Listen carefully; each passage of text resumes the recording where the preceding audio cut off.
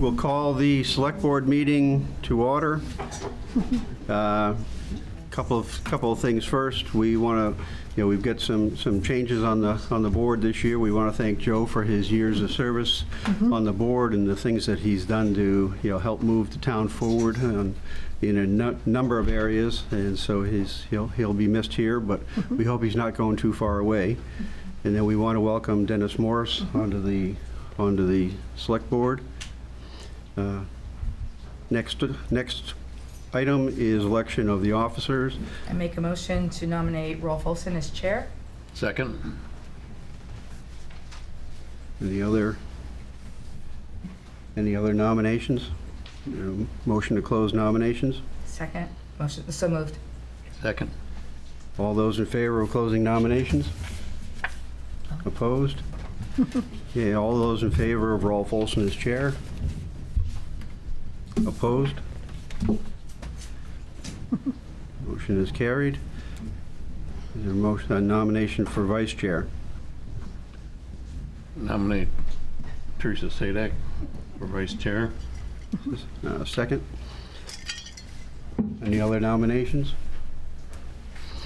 Is there a motion to close nominations? So moved. Second. All those in favor of closing nominations? All those in favor of Teresa Sadek as vice chair? Opposed? Motion is carried. Motion on our nominations for parliamentarian. That's the big one. Nominate Teresa Sadek. Rolf's going to correct me anyways if I do something out of line on that one too. Yeah. Is there a second? Yes, second. Is there a motion to close nominations? I was gonna make you. So All those in favor of closing nominations? All those in favor of Teresa Sadek as parliamentarian? Motion is carried.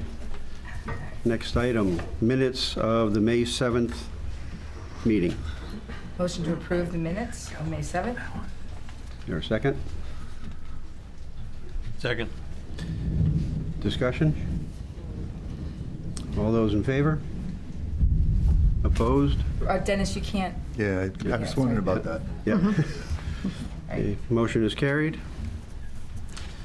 Next item of business, consideration of a citizen's petition regarding changes to the land use ordinance section pertaining to solar panels.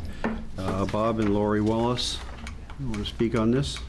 Have James Bass, our attorney, speak. If that's the case, I need A motion to a allow. motion. I need Motion to allow. motion to allow someone from out of town to speak. So moved. So moved. Second. Second. All those in favor? Now you can speak. That's right. Thank you for that. You can buy a house in Raymond. It's a very pretty community. It is. For those who I haven't met, my name is James Bass. I'm an attorney from Augusta, and I represent the Danzigs and the Wallaces. So first, I'm happy, Mr. Chair and members of the board. I'm happy to present. I mean, I don't know how much information you would like. Most of you are very well versed with this issue. I would say, just as an overview, that this citizen's position, as with my clients put forward over 500 signatures, and 464 had come back valid. There was a strong showing in the community to put this issue out for a vote and allow the voters their say in this. And what this is to prohibit the development and installation of commercial solar farms in rural residential districts and then in all shoreland districts. I think if you're familiar with the language, I'm happy to talk about if you all have any questions. But I think, as we've just seen from the open town hall in regards to the TIF, is that something very similar could happen with this citizens initiative. So we are requesting that the Select Board put this out to a special town meeting for either the July or the August Select Board. So that would be July 9th. Or I believe it's August 13th. And the one date that you all should know is that per statute and per the city's website, 45 days have to elapse between the submission of the citizens petition and the vote. And so that 45 days would be Sunday, July 7th. And so the next scheduled select board meeting on July 9th satisfies that requirement. So my clients were asking to have the special town meeting called then. And the reason why is because, again, you've got the strength from the citizens petition showing the select board that the citizens do want to vote on this. And I think it benefits both the people from the community, the people who signed the petition, who want this vote, and I think it also benefits the your office and the community at large. There's strong support to have this vote as soon as possible, but then I also think it provides clarity to have this vote soon. What this vote will do will make an ordinance change, and will make that change retroactive to July 1st of 2023. Prolonging this vote, potentially having it in the fall, or at the election in the fall, or even potentially next year, I think injects too much uncertainty into this process. I don't think it's good for the community, and I don't think it's good for certainly the supporters. I think having a vote as soon as we can makes sense. And so that I'm happy to take any questions that you all have. I have some. Questions? Question? Yes, I have two. One is, why go all the way back to July 1st, 2023, when we have from what I understand, applications on the books, and started from now, today? And the second question is, I know you guys went through a lot of frustration and putting together all this work and stuff like that. Why wasn't this step maybe taken sooner, I guess, with the petition, the Citizens Initiative? Sure. So I'll take them out of order if I can. The question being, geez, you've submitted this citizens petition. Why wasn't it done before? For those members who weren't on the board last February, we did come and requested that the select board move to impose a an ordinance moratorium. Your board and you declined to do so, and then recommended that we get in touch and work with the planning board, who was working through some ordinance changes at the times. We worked with the planning board. We presented those ordinance changes to the planning board. The planning board did not accept or really, I think, entertain those ordinance changes, and then we came back. DEP was involved. We worked with DEP. That didn't seem to, gain a lot of traction. I would certainly say, from my client's perspective, they have worked with the community, and we presented an option, and it was your board, and then it was the planning board that declined for those reasons. And so then, in a sense, we were pushed into this. In some sense, it would have made sense. Geez, why didn't you start with this, provision at the time? But we were respectful, and we wanted to work with both boards. Okay. The other question is, why have this moratorium, or why have the effective date be July 1st when there really isn't cause right now?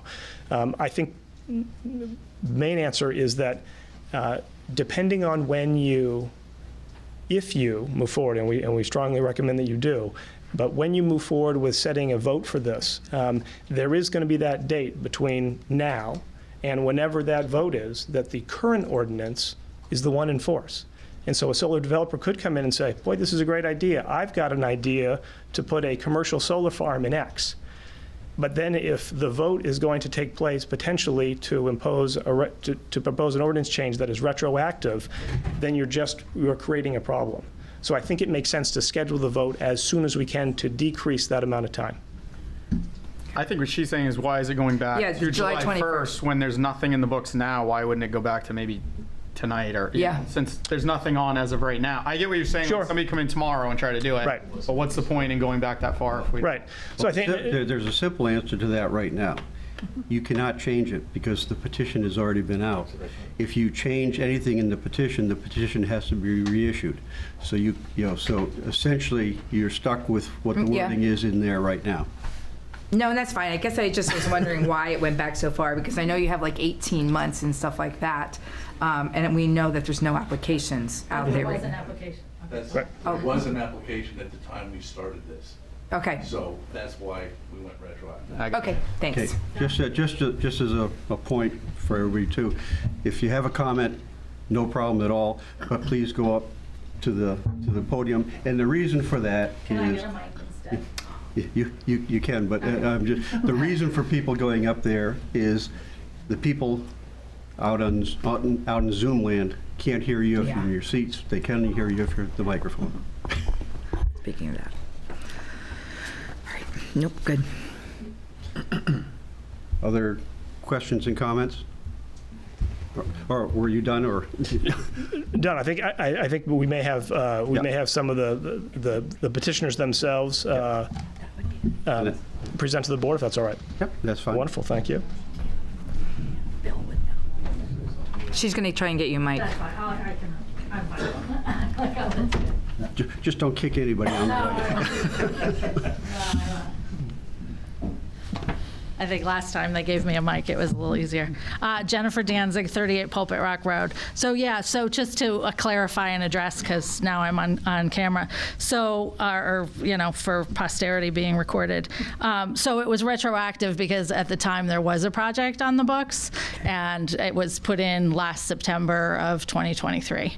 And it was in an environmentally sensitive area, and that's why we started this whole process, because we were concerned about Thomas Pond. We were concerned about the wetlands. We were concerned about the vernal pools, and then what the clear cutting and ripping up that land was going to do for flooding and how it was going to impact the lake, and et cetera.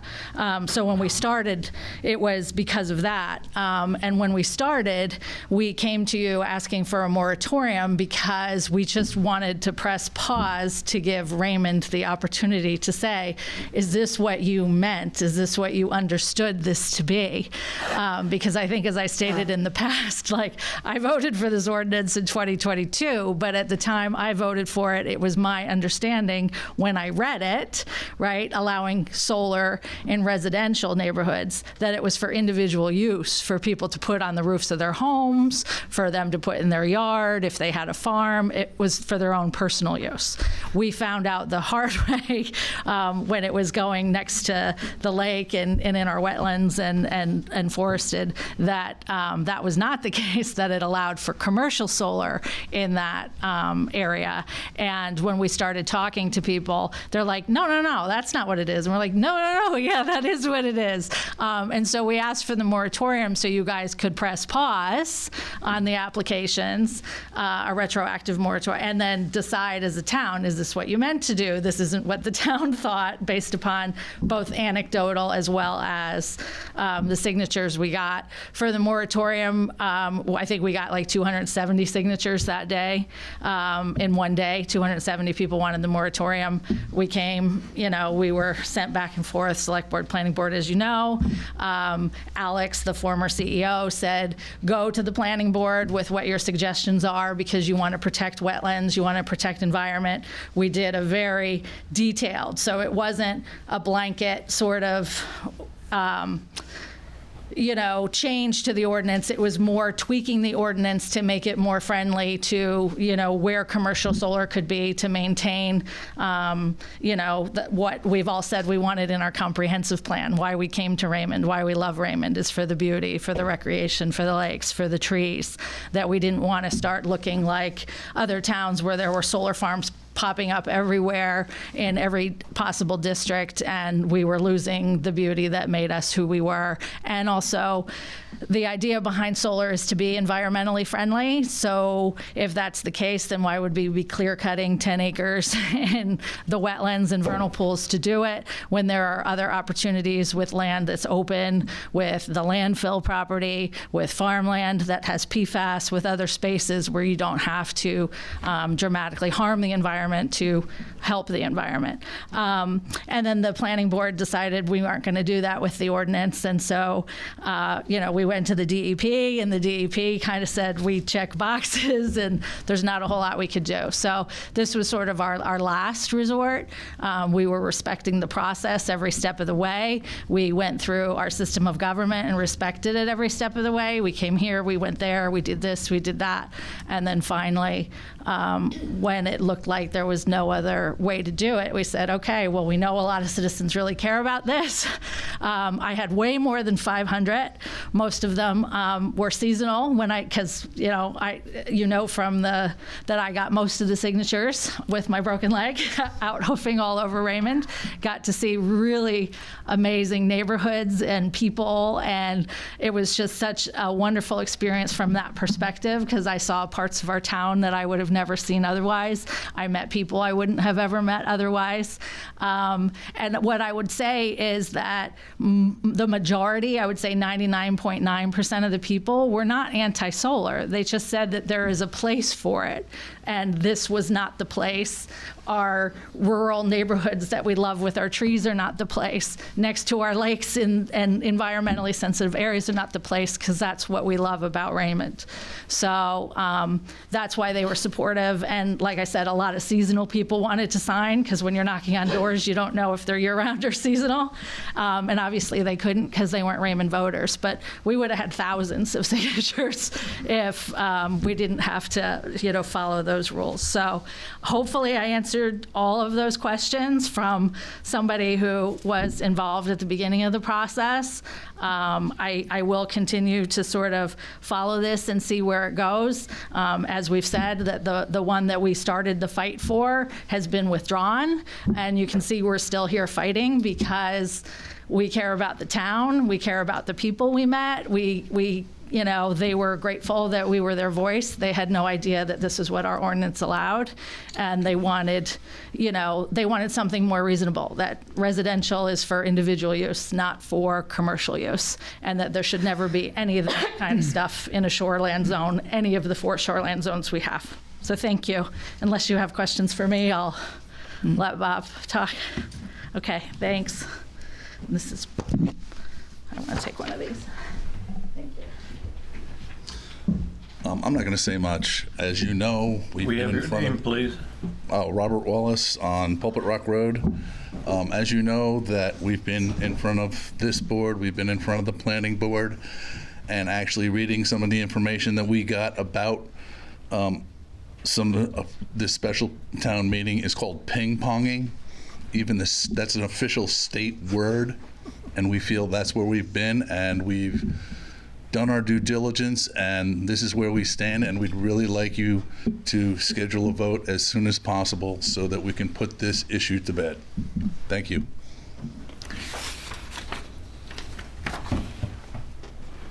Other comments? Peter? Not very long reading, just the second page, you just want to look at it. Oh, you just get one. Peter Levitt, 2 Levitt Road. So I provided that information both to the Wallaces and the Select Board, but I figured I never gave anybody a hard copy. So I figured I'd just give you a hard copy. This is from the 2004 Comprehensive Plan. The highlighted portion is C, exclude future commercial development along the non-commercially zoned sections of the Route 302 corridor. So the voters approved this 2004 comprehensive plan. As I've mentioned before, and most of you are aware, as far as carrying any legal effect directly, the comprehensive plan doesn't have it. That's in the ordinances. However, the legal underpinnings of every land use ordinance we have in this town is based on the comprehensive plan. The 2004 comprehensive plan, being 20 years old, is still in effect. So I bring this to your attention only in that this partition has a very narrow focus, albeit solar farms. I would also say that it's unfortunate, but the reality is that when the taxpayer goes and votes on any ordinance, they are basically not able to abdicate their responsibility to know what they're voting for. Now, I know that, so as far as information is concerned, you can say, oh, go to the website and read it there. But it seems like there could have been a better explanation at the time that this ordinance was voted on in 2022, because it's obviously opposed to the 2004 plan.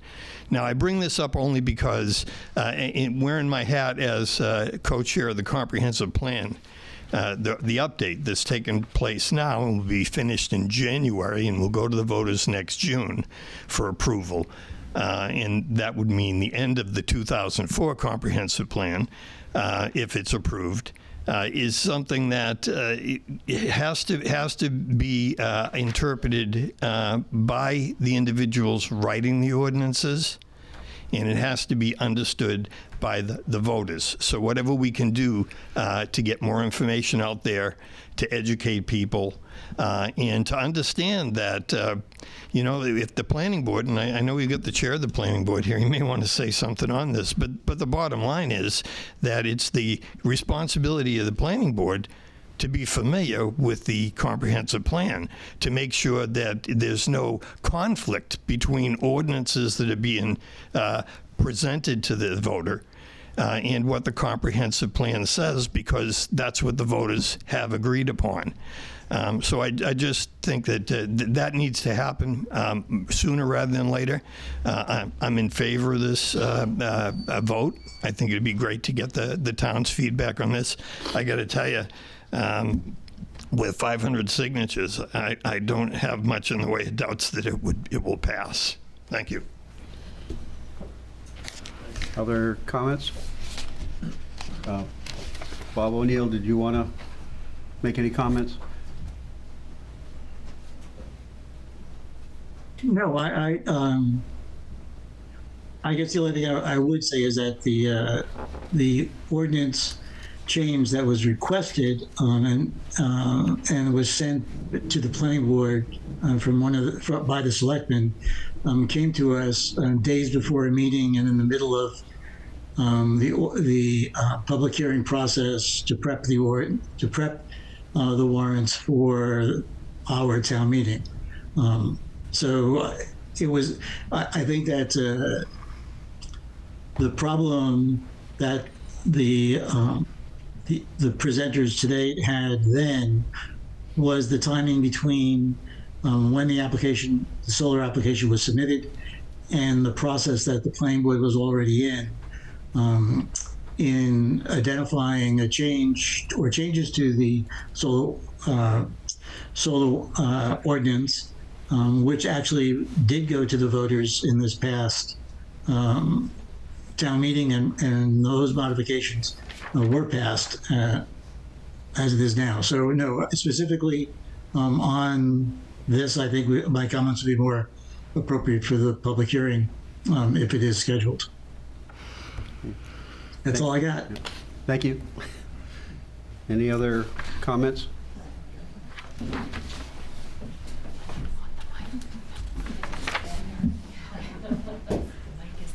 Oh, thank you.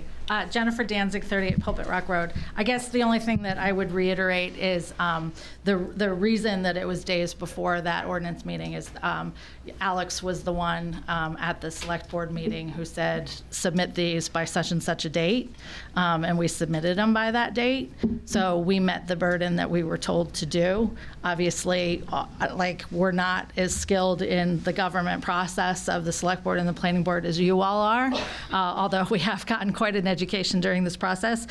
So we were sort of relying on our town officials who were telling us what to do. And at the time, he was the code enforcement officer and involved in the planning board, involved with the select board, and said, please, do the changes that you want, which we spent considerable amount of time and money, because we paid the attorney to do that for the town, and submitted it, per Alex's instructions. So we meant no disrespect. Obviously, we were just following the rules with what we had. And I do want to just make one comment. We were at the polls, handing out flyers to tell people, if they cared about and wanted to show up at this meeting, or if they just wanted to wait to see if we got the vote. And as people were going out, they said, well, there was solar on that. Wasn't that your issue?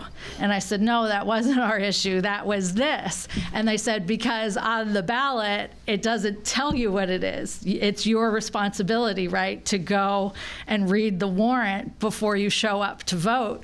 And so I went to Sue and I said, a lot of people are coming up to me and they don't even know what they're voting on. I'm like, not everybody goes online to read the warrant or watches these meetings or, for whatever part of their lives. I remember I was much more politically active before I had children, and I am now. But in the interim years when I had 3 little ones, you guys do a great job. Things were chugging along. So I kind of just, trusted the process and didn't pay a whole lot of attention. And so Sue did say those are available at the polls. I don't know if voters know they're available at the polls to actually be able to raise their hand and say, hey, I'm voting on this. I don't know what it says because it's not here. And Sue's like, well, they can raise their hand and somebody will do it. And I said, I think this is about voter education because I don't think anybody knows that they can do that, right? Once you walk in, you think you can't walk out. You think you can't talk to anybody. It's secret. I didn't know that the warrants are there. All you had to do was ask, or you could go read them. So I think, to Peter's point and to my point, that in 2022, when I was voting on it, I thought it was one thing, not the other, because probably I didn't have the fine print in front of me and I didn't read it and I made incorrect assumptions. But it probably does come down to voter education, because when we talk to our Raymond citizens, they do really care about the town. I mean, everybody loves living here and everybody cares about it and everybody wants to see it thrive and all that. I think sometimes they just get frustrated because they're busy in their everyday lives and can't get into the minutia of this and then find out after the fact that something isn't what they thought it was and comes as a surprise. But I do appreciate you all during this process. You've given us quite an education. We do respect that we get the vote sooner rather than later because there is the interest on it. I also think it's better for the town because it tells future solar developers where we stand as a town, which allows them to then come in and make informed decisions and not make investments and then find out that things can change or that we're not friendly to one proposal versus another. So I hope you'll give us that opportunity. Thank you so much. Are there, other comments? I have a couple questions and/or comments. As far as this one goes, I don't know if you guys can answer it. Code enforcement probably know more. But anyway, with the commercial ones, like you were saying before, with the old dump land, if this gets pulled out, I don't know what that's zoned anyway, but isn't that zoned, if it's zoned rural residential, would that affect this, and so it would be a commercial development? And then also, what kind of is defined in that? I don't know the ordinance off the top of my head on the commercial side of it. Is it panel size, square footage, or whatever? But I know for doing this solar project on smaller scale on a house, on a roof, there's 2 different residential and commercial side for their company, and they're considered commercial if they're doing it on a commercial property roof. So also was trying to clarify that into this ordinance change, if that would affect any of those buildings. There's not a ton of them, but larger buildings in Raymond, or if anything ever happened with the building next door, panels could be put on that, but that's not zoned commercially, but the property itself would be on a commercial account, basically. That's a lot of questions I would have on. I don't think we can change this because it's not our petition. Well, I'm not saying, right, Okay. This wouldn't be able to be changed, and I'm just making sure, for my information, wondering if this would affect that, if this passes, if this would affect that part of it. Well, I mean, there's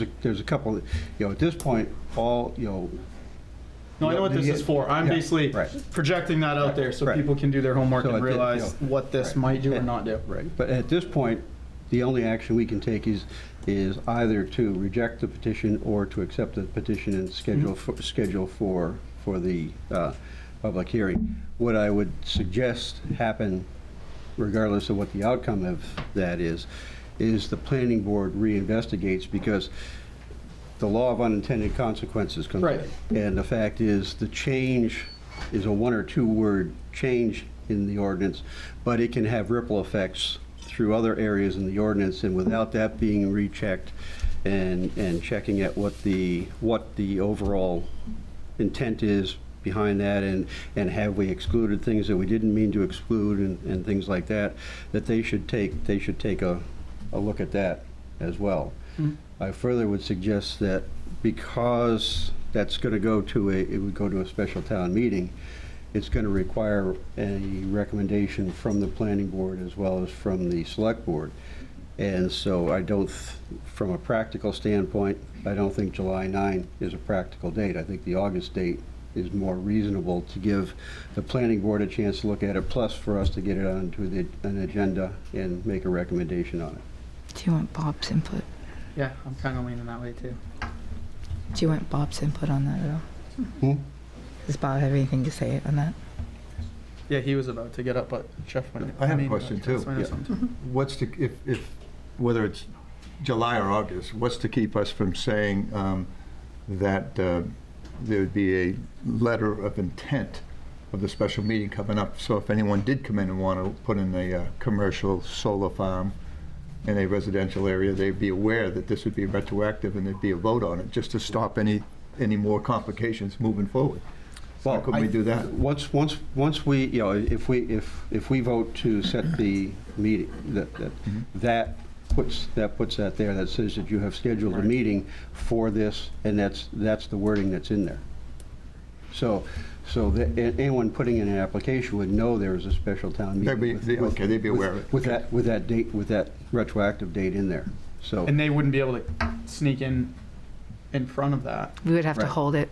because they would know. So they would basically, And you want they it, as in planning boards. their committee to be able to have time to read it, review Right. it, and not rush through it too. Yeah. So But the second question then is, if that's the case, what's to prevent us from having this special town meeting and include something from the planning board, if that's what you're implying, that they might have something that we need to vote on along with this? Well- The issue is, the issue is, No, the issue is you the can't special town meeting has to vote to the petition that was put forward. It can't be. Their There can be no petition. change, there can be no changes Yeah. to that. I'm not talking about changes, that's- The planning board will make a recommendation on that for that special town meeting. So they will have a recommendation as to what, the wording that's in there now. What I'm saying is, if they do that, I think that they should then take another look at it after the fact, to see how that bubbles through and see if there's anything else that needs to be trued up or whatever, to make sure that from that point going forward, because all this did is change really one word in the thing, which, as you well know, one word can bubble through. Yes. And make a- That's why I was saying, if there's some other, if there's another implication or something else that needs to be clarified, and we're having a special town meeting anyway, Yeah. could we not post the special town meeting for this, as well as add something that the select board or planning board would like to add in regarding solar panels? You're A secondary thing, as long as it's posted in time? Two different votes, Yeah. meaning putting this through and then. Yeah. So So if the planning board had something that we should take, in other words, I don't want to hold this up. If there's something that this would cause a problem for, the planning board could make a recommendation on another amendment. Is that possible? No, because the petition, the special town meeting has to go to the petition that was put forward. Oh, we can't call one? We can't add to it as a select board? You could have We another can. one at a later date. I think it would go But- beyond. I don't think it's At enough this time. point, because there's a valid petition, the only actions we can take at this point, well, there's a couple of others. We could reject the petition, which I'm not recommending. No. We accept the petition, we set the date for the special town meeting. Or you could ultimately say, oh, no, we want to push that off until the next town meeting, which which isn't going to sit well with people either. So, I mean, the logic. What's that, November? No, it'd be June next year. Oh, yeah. You've answered my questions. I think we'll be voting on this. It sounds like we'll be moving forward affirmatively. So, but Rolf, again, if we're voting on this one here, we can't change this one here. That's correct. So even if the planning board does want to add something into it, it doesn't matter right now because they can't change this. They cannot change the wording of the petition. So my recommendation, then we vote on that one in July, and then they still have more time to do it for August. No, because they still need to, they still need to make a recommendation on this when it goes for that special town meeting. But they can't make a recommendation on this because it can't change it. And I understand the word They thing. can make a recommendation that either is they recommend or they do not recommend. That is, so they'll have a recommendation on there either to recommend Just like we do in June. or not recommend. Well, I know that, but I thought if we're going to accept this, then we accept it as is. So them recommending or not recommending, I'm not getting. Because it's just like in June. we can't accept the all we can do at this point is accept the petition and set the special town meeting. The special town meeting will accept the If it's pushed out one more month, the planning board would. The planning board would either but the recommend planning board, it- but because Right. because it is an ordinance item, the planning board makes a recommendation. The select board makes a recommendation. So, but the planning board can come back and say, I do recommend the ordinance. No. Well, wait. Can't conditionally recommend. No. Either recommend or So not they can't recommend. say that they recommend, but they would make this change? No, They either have to recommend or because not you cannot recommend make a change to. it. Well, that's what I just said, Right, yeah. you can't- So all they can do is say either they're recommending, accepting that. And we let the or- people vote on and that. the people vote on it. Okay. They could recommend and then also say, we should do this, this, and this. But we recommend this passing and it passes, but we also think this, and this should be added or subtracted or whatever, which is a different item, different vote, different day, and send that through as well. But as far as them recommending or not recommending, it'll be exactly how it's worded, how they presented it to us. Right, okay, so you guys are all like in agreement then, like the August meeting should be better? Yep. Okay, so. Yeah, we have do you- to give Yep. them a chance. No, I'm fine with that. I'm not sure when their next. I just want to make sure it was all clear on this too, and I was clear. All right, so do you want a motion? Yeah. All right, I make a motion to to accept the petition, the citizens' petition regarding changed land use ordinance sections pertaining to solar panels, and schedule it for a public town meeting for August at our next meeting. Second. What's the next meeting? Sue, is the second? It's July 9th. No. Nope, August no, 1. no. Oh, August? Let me see. Make sure we I have think it. I think he's right, it's the 13th, but I'll double check. It is the 13th if you go with the second Okay. Tuesday, Okay. which is not. So for August 13th. Is there a second? Second. Discussion? Discussion. Okay, Peter? And before Peter talks, do we have to make a motion to send it to the planning board? No. Okay. Peter Levitt, 2 Levitt Road, just a point of clarification. So, Rolf, when you say that an option could be that the selectmen reject the petition, you're talking about the early vote in the special town meeting. No, when a petition is presented, Yeah. the select board can either accept the petition or reject the petition. There are certain things that allow under law for the petition to be rejected. But what I'm saying is that if you have the requisite votes Yes. or signatures on a petition, that the select board chooses not to put on a warrant, Right. then if you have sufficient signatures, then the people put it on the warrant. Isn't that correct? It can be Yes. rejected. Under the statute, there are certain conditions that a petition can be rejected. Yes, so my understanding- And it essentially gets, if there's something illegal in it, we can reject it. If it's something that's, there are certain elements certain that say conditions, that, but we if can you- say that petition on itself is isn't valid. But just for clarification, if none of those things exist, Yep. at the regular town meeting and/or referendum, if there are the sufficient signatures on a petition to place an item on the warrant that the Select Board has chosen not to put on the warrant, then that item is placed on the warrant. Yeah. Thank you. Yeah, I mean, And we're but as I voting say, this it comes for now. down,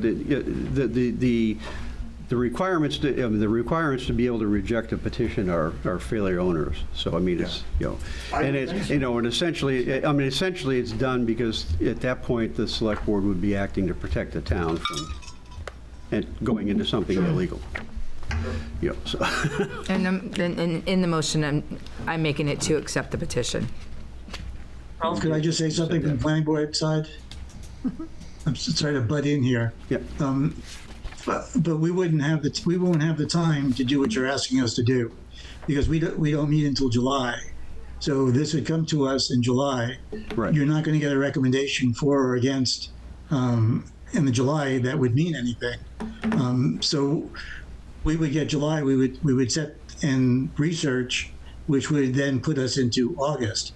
And we would normally, under normal circumstances, we would hold the public hearing on the changes once the planning board had put that together. So since we're not really changing anything on this and have no way of changing anything, we have no real way of giving you a recommendation for or against in the timeline that you're going to give us. Well, the one difference here, too, is that this is not, at this point, it's not an ordinance being generated by you. This is a petitioned change. So, so as far as, the researching and whatnot, I mean, from one standpoint, yes, you'd want to research to make sure there's nothing that's not improper in there, so that you could say that, no, the planning board does not recommend. You could also come in and say the planning board makes no recommendation. That is also valid. Yeah, I understand that. I just, if you're looking to the planning board for an up or down recommendation with this timeline, I am guessing you're not going to get it. And that's the only thing I wanted to say. Yeah. So just because of the time of allowance. Right. The other thing that comes into play is under the petitioning rules, there's a certain amount of time that we have in order not, to accept it and to put it to Not 45 special town days. meeting. So our hands are more tied on the outbound side because. No, I understand all that. I'm not objecting to any of that. What I'm saying is that the unintended consequences of that ordinance that's presented now is not going to be researched by the planning board in the timeline that we would have currently. Right. And I'm not arguing that the vote shouldn't go through. I'm just saying that the expectation from the planning board is not realistic. Right. No, that's my only point. I understand what you're saying there, and that's why I'm saying that, after that, I still think, the planning board needs to take it back and be able to reinvestigate it and make sure that there's nothing that was done that, needs to be corrected or whatever. So, and that would go forward at the, to the next town meeting. Yep. That makes sense. Yep. I guess so. What's happening then is, again, we're taking out the planning board now of this one, and then we're going to bring them back in. They're going to come back in later to take a look at it. Well, they still are in a position where they can make a recommendation. Well, he just said they won't be able to. I don't think they're getting blindsided with this. I mean, it's been months and months. No, you're right. 7 months. And if I can, Mr. Chair, just quickly on that, if we use the example of the TIF special town meeting tonight, what happened before the vote? There was a public hearing. So there will be a public hearing before the special town vote in August. So if there are concerns from the planning board or other members of the community, that will be their time that they will be able to share them before the vote. The planning board can't, though, because what happens is the planning board cannot speak just one on behalf of the whole board. Sure, but so they won't be meeting at the public hearing. Sure. Sure, and they can speak in their individual capacities. I guess I just wanted to let you know that the idea of, geez, we're not going to be able to allow, or the An August date wouldn't allow the planning board to fully sort of vet this proposal. I think Mr. Chair is right. I mean, I think that there is some time that this has to be called as quickly as possible. And I was just raising the point that there will be time for public discussion about this issue before the vote. Great. Mr. Chair, I'd just like to add at this point, I agree with the timetable. I think this has been talked about extensively around the community. Certainly this group has brought it to neighborhoods. And if we really are, if this passes and we find a bad omen or something in here, something for a problem, this in essence just stops it from happening, and it can be amended at any time to go back and fix anything, just like we're talking about here. And just in interest of time, frustration, 500 signatures, I'd just soon go ahead and move to what we're talking about. And by the way, there's 26 pages on petitions. So when you talk about petition drives, it's quite extensive, just the background. And it is very, very narrow what can be rejected by the select board. So this isn't, the chair is absolutely correct when he says this is a very slim thing to object to from a select board point of view. So I think they've been clear. I think the petition is something that we as a board would always want to honor anyway from the democratic process. So I see no problem with moving forward with this. I agree. Bob? Bob Wallace, 36 Pulpit Rock Road. Just so Mr. Levitt understands that the town, the select board cannot say no to this petition unless there's something nefarious going on.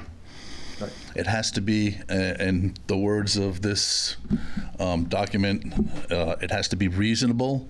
It can't be a personal thought process. It can't be, oh, we should change this, we should change that. No, it's got to be this or nothing.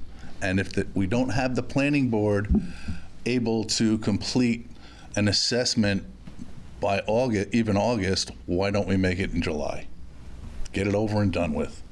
And then they can work on it after that. That makes sense. Thank you. Other comments? Okay, the motion on the table is to accept the petition and to schedule the special town meeting for August 13th. All those in favor? Yeah, I think I'm going to go. I think I'm going to Opposed? Motion Just- is carried. Thank you. All right, so. Next item, discussion of how to proceed with the RWPA boat inspector's liability insurance ending. And I don't see Marie here. She's the one I was dealing with, was Marie Conley. She did inform me that the insurance company may have insurance by the end of July, or they may not. They haven't gotten a definitive answer. So we may know more by the July meeting than we do now. In that case, I'll entertain a motion to table that. Can we until- just get a clarification, though? Any petitions that come in, Yeah. can they be held? And nothing happens while we have this petition from August? I just want to make sure that's there. Petitions or application? Applications, sorry. Applications. An application can be put in, but they do it under the danger that if the petition passes, then that's retroactive, so it would no longer be valid. Right. Okay, just wanted to make sure on that one. I think that's right. Okay, good. All right, thanks. I'm sorry, I didn't mean to interrupt you on that one. All right, in that case, I'll entertain a motion to table. Motion to table the RWPA boat inspector's liability insurance ending issue? Second. All those in favor? Opposed? Motion is carried. Consideration, next item is consideration of tax abatements. I know Kurt's here. Kurt's here, but let's see. Tax abatements, there we go. No. Good evening, Kurt LaBelle, Assessor's Agent for the Town of Raymond. I have one tax abatement requesting that the board act upon. It's for a camper trailer that was at Kokatosi Campground. Kokatosi very generously works with their summertime residents and reports to the town annually camper trailers that are not registered.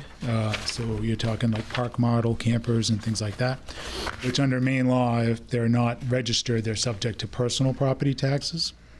And we had one where an individual moved his camper out of Kokatosi Campground out of town in the fall of 2022, and it came in on our list for 23. So we issued an assessment to the individual, but that camper was not there April 1st of 23 and has been replaced on the site with a excised camper. So that's not subject to personal property. So I do have one tax abatement for Harold and Amanda Bettany in the amount of $9,900 valuation. The tax amount of $157.41. $157. Okay, motion to approve the tax abatement for Harold Bettany and Amanda Bettany, Westwick, Maine, $157.41. Second? Second. Discussion? Dennis, you know what's going, you understand? Okay. Yes. All those in favor? Opposed? Motion is carried. And that's one that I signed. That you signed? Okay. All right.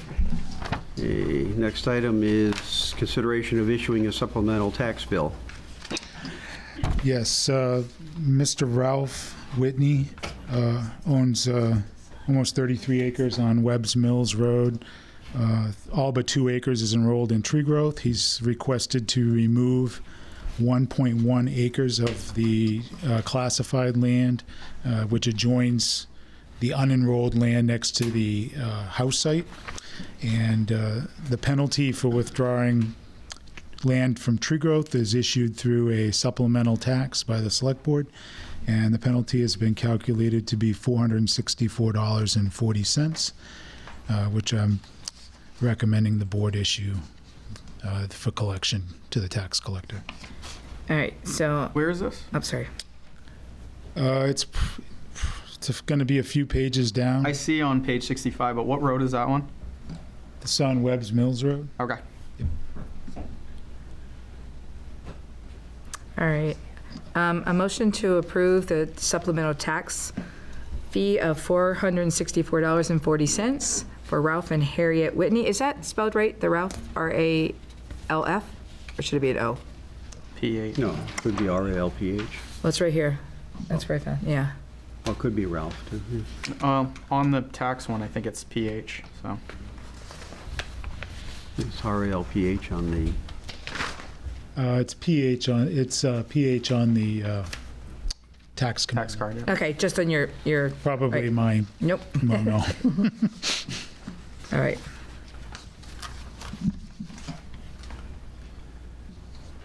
did you make the motion? I did. Is there a second? Second. Discussion? All those in favor? Opposed? None? Motion is carried. This paper's coming down. There's 3 signatures, 3 pages. Next item, consideration of renewing the contract assessor's contract. Yes, Who's so the I'm, assessor? Well, now we're at $160 from the. Yeah, you're in the whole. Well, you're up though. You got 400 coming in.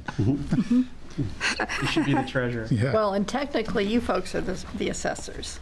Kurt is a contract assessor. So, as you're probably aware, my current agreement is coming to an end at the end of And I June. came on my second page. So I'm proposing to the town a new 3-year agreement for services, which will carry assessing needs through the 26 revaluation, bring things through June 30 of 2027. I have increased my fee by 9%, which would be 3% per year.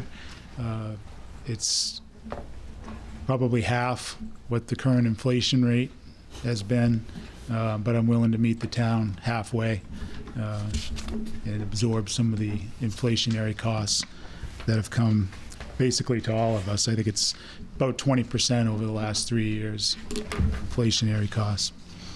The agreement what it does is 2 layers to the agreement. There's the standard 60 days of service per year, which is we've traditionally been provided to the town. It's just a little bit more than a day a week.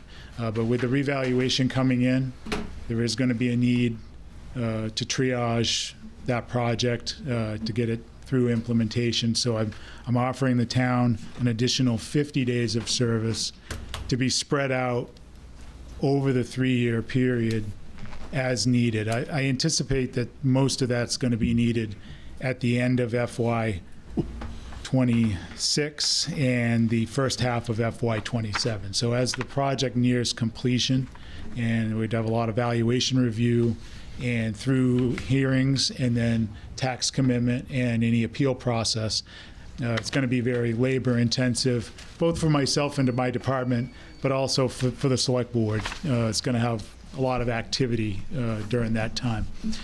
Do expect that the project will be kicking off this fall. We'll likely have some meetings, some public meetings with the revaluation company, with the select board, to let them know how the process is going to unfold. And I expect we'll have periodic meetings throughout the next 18 months as the project moves forward. But that's it in a nutshell. I'll gladly take questions. I make a motion to renew contract assessor's contract, Kurtz, at that 3%, Second? which is 9 over the 3 years. Yeah. Okay. Second. Moved and seconded. Discussion? All those in favor? Opposed? Motion is I carried. signed as well. Before we move on, Mr. Chair, Yes. I ask, when we have an agenda, written agenda, we also have an e-package that gives all the details.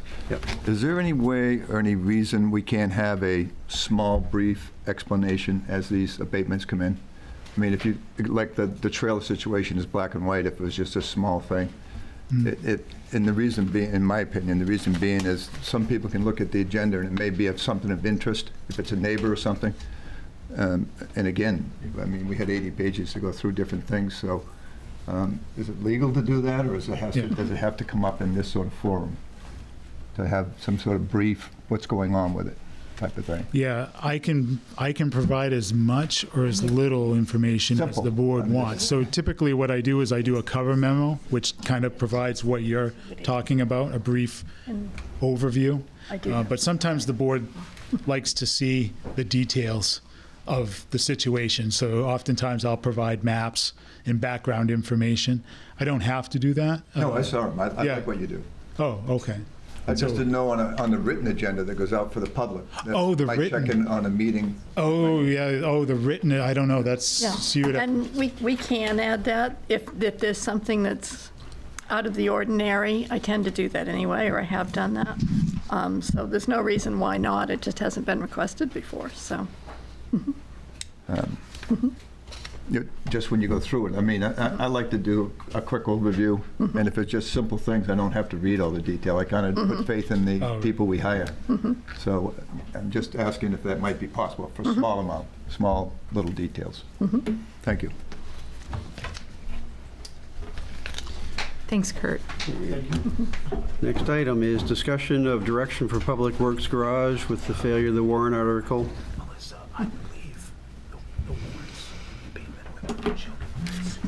Okay, perfect. Yeah, I got them.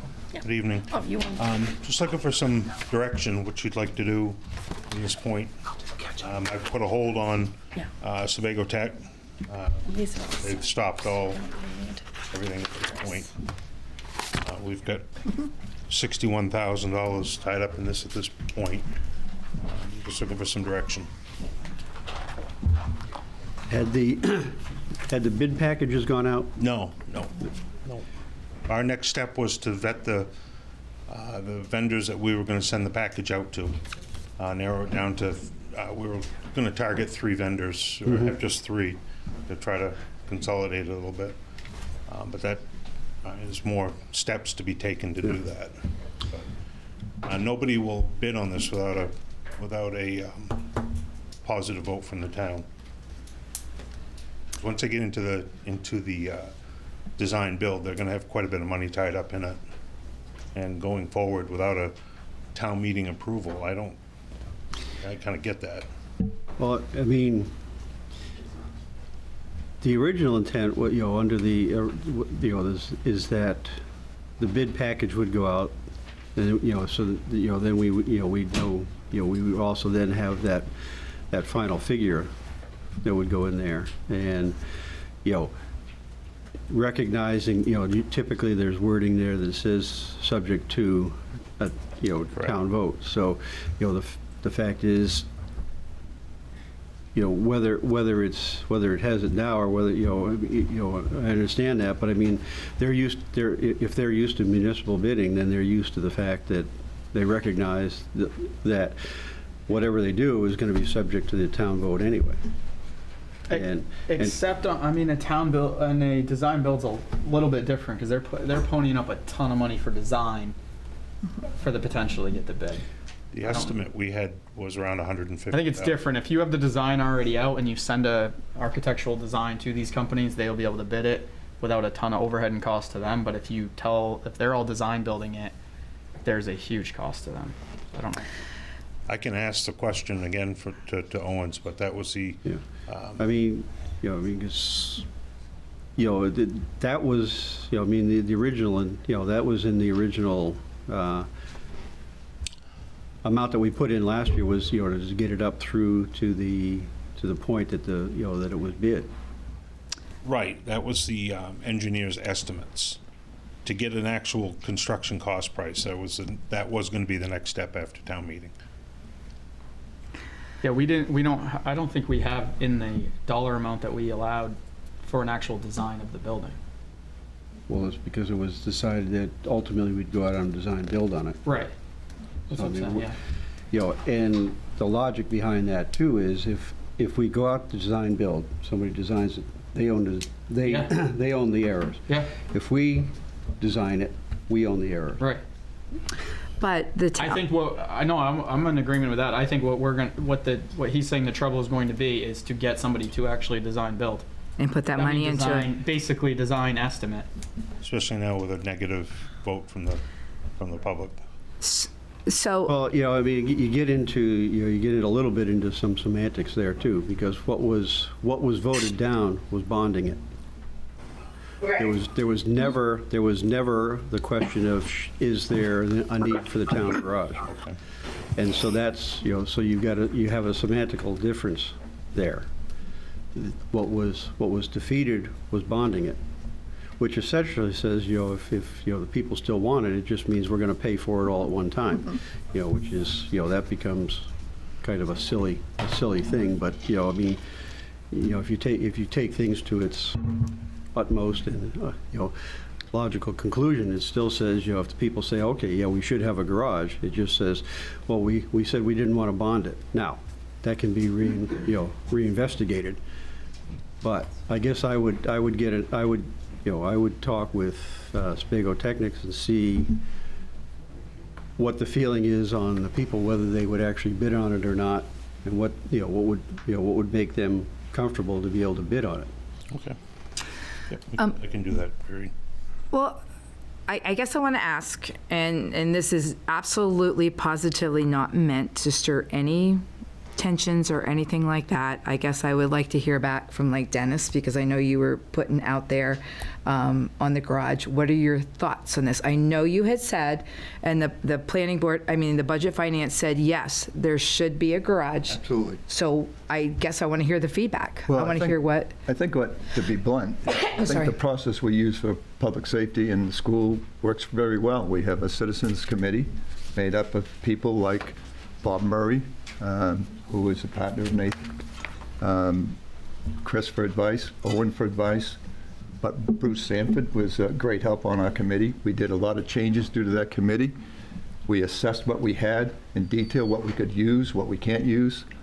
And then after the needs assessment and the actual process that we use, which was a citizens committee, we reduced the size of the building. We changed a few of the layouts and had a RFP, which was descriptions of even what plumbing fixtures we wanted. And that described what they were bidding on. I think that's exactly what the citizens want. They want the same process for this as they did the other two facilities. So And I don't think Wait. it has to sorry. take that long. This Well, committee is, I guess it's different though, and I'm not that engineer, I'm not that, but if it's going out to a build design, right, which is what we did. well, that's, Public safety. don't they put it together? I mean, as far as what the The RFP like all that stuff. was designed for the details of what you want in the RFP. And then we actually used that to save the town about $180,000 because of the details of what the committee put together with Owen's help. And I think that's really what people want in this town. They want the process to be transparent and straightforward. And how much did we pay, afterward to correct the errors the committee put forward? Actually, those On errors. the roof and things like that we ended up over the time having to correct and repair and whatnot, that was out of the committee, saying this is what should be done. Actually, I think that the select board cut $200,000 from it. If you went back, or the town meeting, because we started out at 1.4 and ended up at 1.2, and the metal roof that was recommended was cut, and So that's the what I'm saying, is, masonry you know, siding was cut. That's what I'm saying, is the committee approach, what we did, we went to a professional engineering firm to I'm just do this suggesting. based on. Oh, no, we're My just, suggestion is to say that if you want the town's support, let the town have input. Well- Not just the select board and a group of engineers you hired. And That's all I'm saying. well, okay, and again, I don't want this is how we talk things out, okay? I guess too is, I know that committee gave you some bad, I guess, advice because they took the metal roof out, is what I am hearing. But as far as, taking it to the public, when what you just said, instead of just getting it from our engineers, which you just said, I mean, do you feel our engineers are not good enough for this? I didn't say that. I said, when you hire the person to what, let me give this scenario. If you hire a company to oversee the construction and the whole process, to do an evaluation of what you have, and if you read the summary of it, as we had an engineer from our town read it and said it was maintenance issues, and you eliminate any options except one, to build new, no add-ons or anything else, no options looked at. We looked at all kinds of options. We looked at all kinds of places. There was never I want this right here. In fact, the only reason it ended up down there is the stats showed that's where all the work was, all the calls were. 2/3 of the calls were down there. There was three members on the select board that didn't even support it, which caused a problem on the committee. I'm saying use basically the very same people and Nathan has got a partnership with Bob Murray. I highly recommend he be on the committee. Bruce Sanford, there's another one who was just great on the committee. Well, okay, and Can I? oh, wait a minute, I just want to ask one more question. No. Who was on the safety committee, the public safety committee? That was years ago, though, I too. know, but who was it? Who in the world? Was it engineers? Was it just random Yeah, we town had folks? or professional both? people. We had Mike White was a local citizen who did trucking and came in and talked about size of bays. We had a plumber, Byron Rogers. We had Owen McCullough. We really had a diverse committee. In fact, 3 people that stood up at a public meeting and spoke against it were put on the committee, and they ended up being assets. Did they take the metal roof off? Yes, but I'm saying there's a process. Well, Dennis, okay, let me ask this question, too. And again, I apologize. I am not attacking you at no means, I'm not okay? doing it, okay? So if we're saying that they can't use it down here for whatever reason, and you're saying trying to, I guess, a couple different places, why would you not put that building right where all the other stuff is?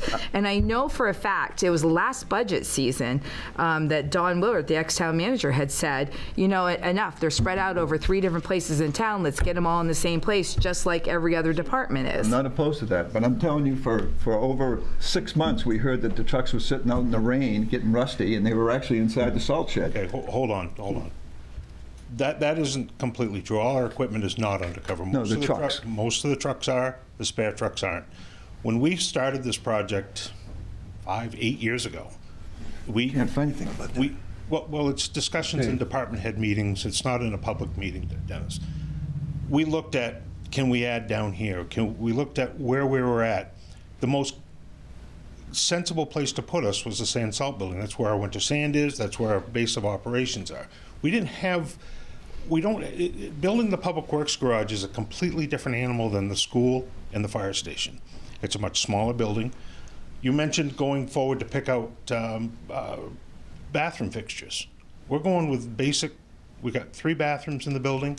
There's really nothing to pick. We've narrowed this thing down to a basic building. That's it. The engineers said that we probably ought to go bigger, and if you look at the square footage we're in and what we're going into, we probably should go bigger. We were trying to keep the numbers down. Prices are going up. They're going up every day. So I think that to summarize that is getting the public involved is just going to be, it could add more money to it. It could add more time. It could create more problems, I think. No offense to any committees that would get on that, but I think we've beat this thing down to what it is. It's a small 5-bay garage. I'll quote you. You need a bigger mechanics bay and a wash bay. Yeah. And you said that consistently. They're consistent with what? That's what you need. Yes. Yeah. So you've got 7 bays currently, and we're going to build an 8-bay facility. Correct. For a mechanics bay and a wash bay is what you've talked about. We're putting 4 of the bays as storage. There's 1 mechanics bay and a wash bay, and the rest of it's truck storage. And you have 7 bays up here. We can't. Before here and 3 down the other place. We got 4 up here.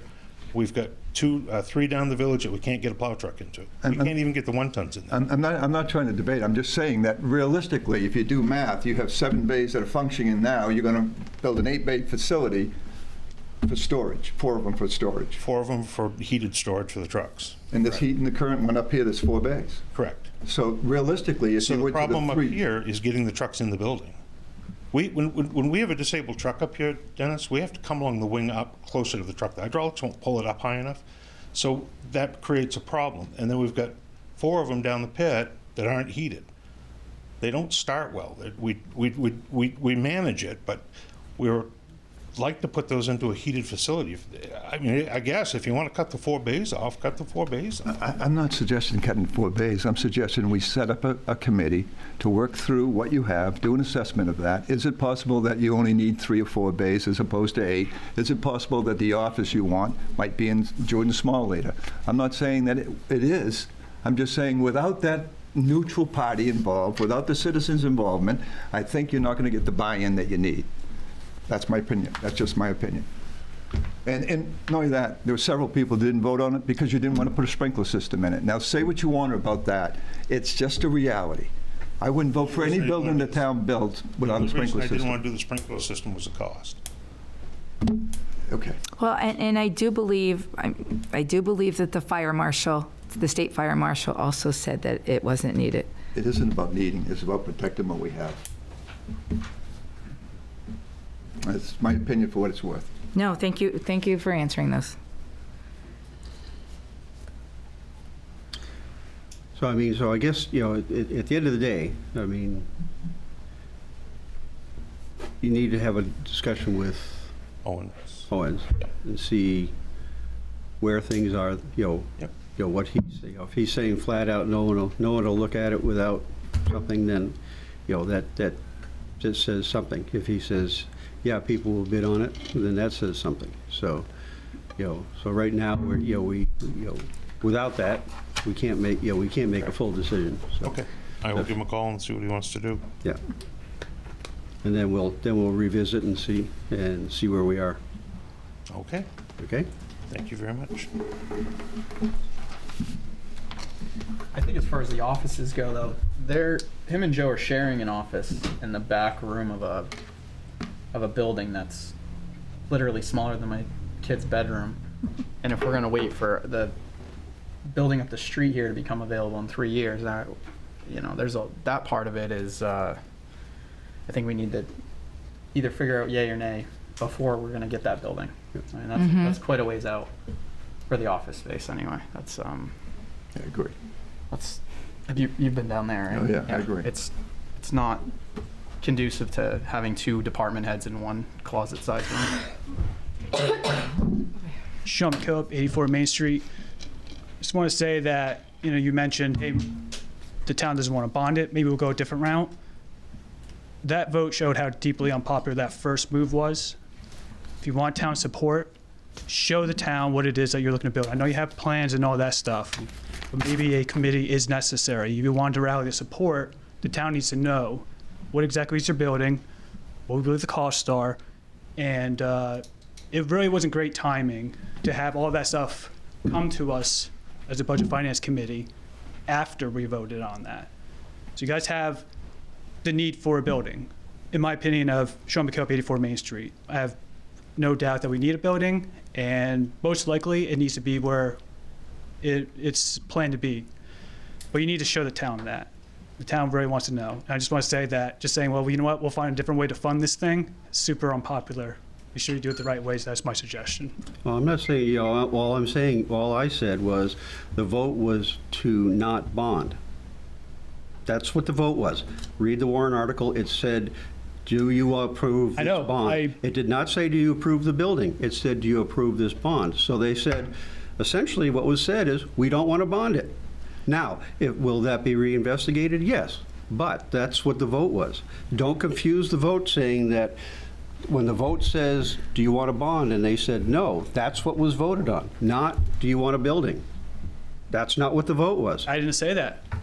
I said that what you're saying is, okay, they don't want to bond it, let's find a different way to do it. I'm saying if you built it and they said no to the bond, then you have to find a different way to pay for it. That's what I said. What I'm saying is that if you come to the town and say, this is what we have laid out, and you do this properly, not the way it was done last 2 years, your outcome might be different for bonding. That's what I'm saying. And doing it not properly, like working with the engineers, and I do admit that the timing was crisscrossing over each other. But I don't think, because Owen's even said we've been working on this for he was in this thing for 10 years, and more so within the last year. I know I came to one of your meetings, and you guys said you had no paperwork, but I'm pretty sure that some of the things went out in the morning. And so I don't know if you got them or what, but then When you say it went out the same morning that we were supposed to vote? The morning of the meeting? That's what you're saying, that it went out the same. Is that enough time to? Well, and again, everything was crisscrossing, as you saw. So that's my suggestion as guy from 84 Main Street. You want to do this thing, you've got my support, do it right, and the town will maybe change their opinion about bonding it. And that's all. Okay. All right.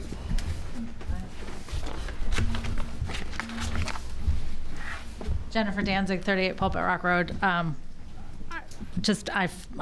like I said, because of the process we went through with solar, I'm now more engaged in our town and just kind of want to get caught up on it. So did we vote then? I mean, because maybe my memory, did we vote to say yes to the building? No. Okay, so there was never a vote to say yes to the building. The vote was to allow the bonding. Right. And so because it didn't say, do you want the building, it was just, do you want the bonding, there's a possibility that the town would find alternative funding and fund the building anyway? Is that my understanding? The vote was, do you authorize the bonding? That's all. Up or down, do you authorize that bonding? The vote was no, so there is no bond. Right. So we cannot go out on a bond unless it gets revoted. If it's determined that we want to go for a bond, then a bond would have to get revoted on. Sure. So, I mean, just as a citizen, and like I said, I don't have a dog in this fight, and I would have to get caught up on it, but obviously I care about public safety a lot, so I'd probably support it.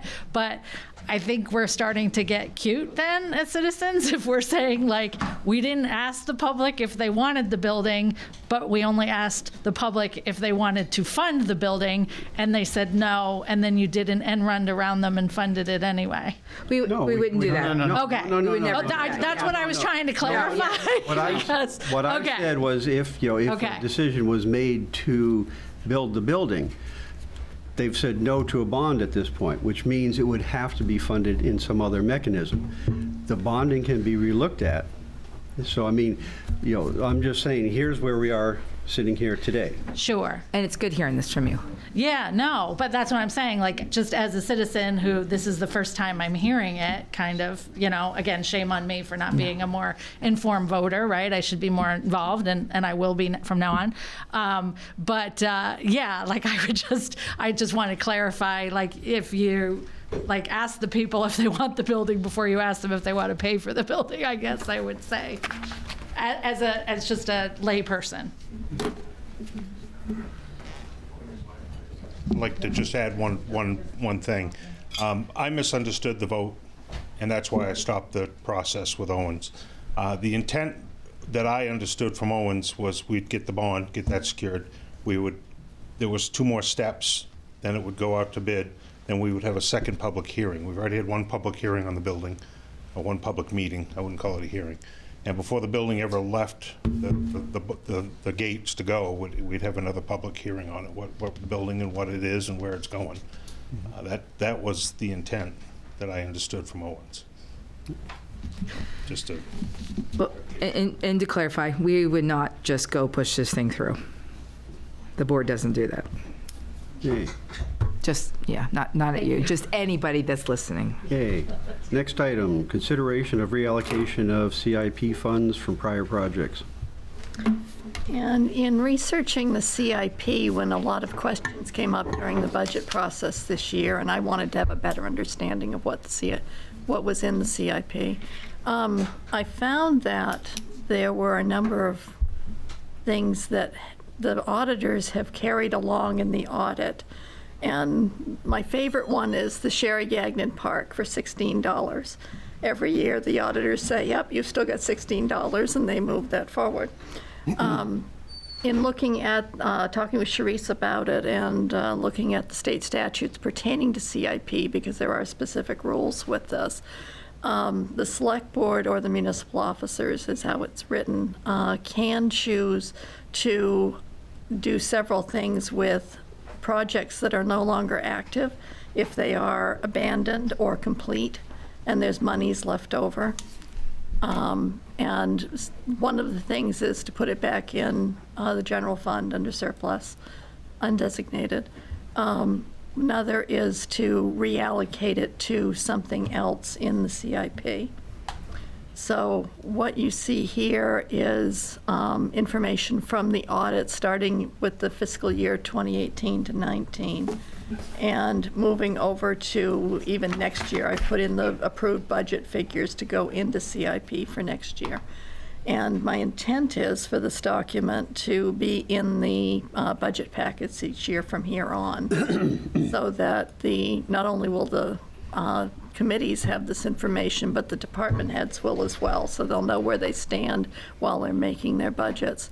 But with that, I'm not sure we need to carry that $16 any farther.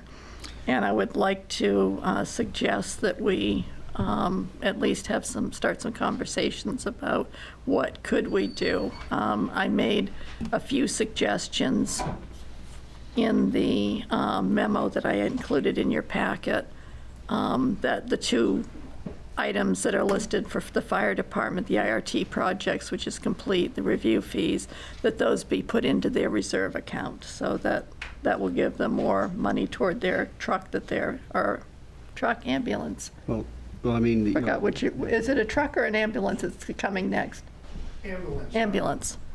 Yes. So and my suggestions are just that, is just to start the conversation. I mean, under a CIP, nothing is absolutely cast in concrete. The whole purpose of the CIP is a planning document, so things can move, things can shift, things can be dropped off, things can be added. So the money you would, unspent money would still reside counting-wise inside the CIP. It would just be undesignated in the CIP to be allocated to other projects or whatever. So we do not have to take and say that we're going to take that and move it to this. Yes. We can use that as an undesignated line. Yeah, we could rename them all to be undesignated, yes. I mean, because that's the whole purpose is, the whole theory being that things change. And what you thought of 5 years ago that you needed may not still be the same thing. You may have something that's now more of an urgent need, so you move that in and something else can move out. So that gives you that's the whole flexibility that exists inside this, that is supposed to exist inside the CIP. Well, looking at these, I mean, I agree with her all where she says. I mean, that 5,000 go back to assessing, which would be great. They need that. Same thing with all the departments. Well, if it remains in there, that's, it's unspent. Essentially, it's accrued funds. So it's undesignated in there. That can be allocated to something else in there, but we don't have to decide what it's allocated to at this point. All we need to do is decide that that yes, we will carry those forward. Bruce? Yes, Mr. Chair.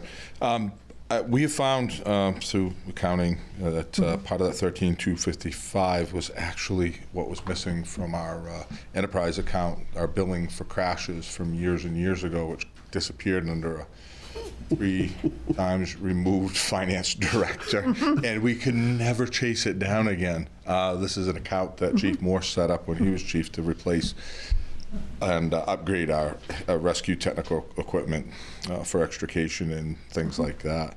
So a big portion of that, I believe, was found, and I don't have the exact numbers. I don't know what piece of it is, but it was found to be that money that was missing for all those years. Oh, cool. I guess my request would be that if we find that and can determine it, can we transfer that into what its intent was, which was the enterprise account that was approved so many years ago, that we can use it for replacement of that equipment. That would be up to. Well, as I say, essentially, it would, the funds would reside still inside the CIP. So I mean, as far as I understand, the Budget Finance Committee is relooking at the CIP as far as that. So I mean, to sit here today and say we should move it from here to there, I think is premature. So, the fact is, what's being asked is, do we carry those forward? Yes, absolutely. That's the whole purpose of it. Because you can have a year where you underspend that because you're looking at a need that's 2 or 3 years out. Right. We just want to make sure that all the new billing and all that gets into that enterprise account again, and the money that was intended to be there also goes there. That's all. So that Well, as I say, I mean, what you have to understand in the CIP is that yes, that was the original intent, but other priorities can essentially jump the line. And so, what may have thought, okay, that was going to be available to me, may not be. It may become available later on, but it may just be shifted. So that's the whole purpose in the CIP, is it gives you the flexibility to do some reaction. Yeah. I think we're actually talking 2 different things, but I think a big portion of that was always intended but got moved from our enterprise into a CIP, and that's why we never could find it again. We think it was actually under Kathy Ricker that it moved, and we can never find it through accounting or anything. So now all of a sudden we found that, hey, that's actually a good portion of that should be in our enterprise account, which has nothing in it right now. I would ask a question, because I did set that up because of the expense of the tools, and they break so easily. And I say easily when you see some of the things we use it for. My understanding when we set it up wasn't for CIP. It was actually an enterprise account. Instead of going into surplus or undesignated funds, it would actually roll into an account that they could use when necessary. Still had to get approval for it. Yeah. And so that changed somewhere along the line, and obviously, like you say, things change year to year, day to day. But it wasn't, in my opinion, I didn't believe that we set it up as CIP. It was more of an enterprise account that we could dip into for extrication equipment and whatnot. That was the original intent. That's why I just wanted to get clarification. It wasn't an argument point. I'm just trying to, how can we make sure that money does go into its right account? Because our current billing, I believe, is up around $6,000 that we have that needs to also go into that same account. And that would help us greatly with that kind of. So let me ask a question. Isn't that technically an extra fund that he would have in his account instead of budgeting for stuff? Because you would budget for things that you need, but if you have your own private little account going on, do you know what I mean? That's kind of like a A slush fund, Slush fund. maybe? Yeah, it wouldn't be as big as 225,000, but it would get, some kind of equipment that you would need on a regular basis. It's a, Where's hoses blow up, what's for the example. 225,000? well, it's when you, That would be like for an ambulance or yeah. Oh, we don't have it. we used to Okay. have a much larger CIP. And for example, the $50,000 that the association just raised and spent on equipment, that would have been offset by this money, and we wouldn't have spent that much of the association's funds to But that's- achieve the goal. That's kind of, I guess, it in a nutshell. So could I ask a question, Mr. Chair? Yep.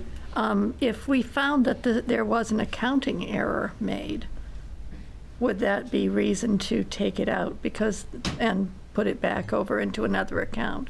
If there was an accounting error made, it would mean that essentially it's being carried right now as undesignated surplus. Because if it doesn't reside in there, which is a reserved account, then it has to be in the general fund.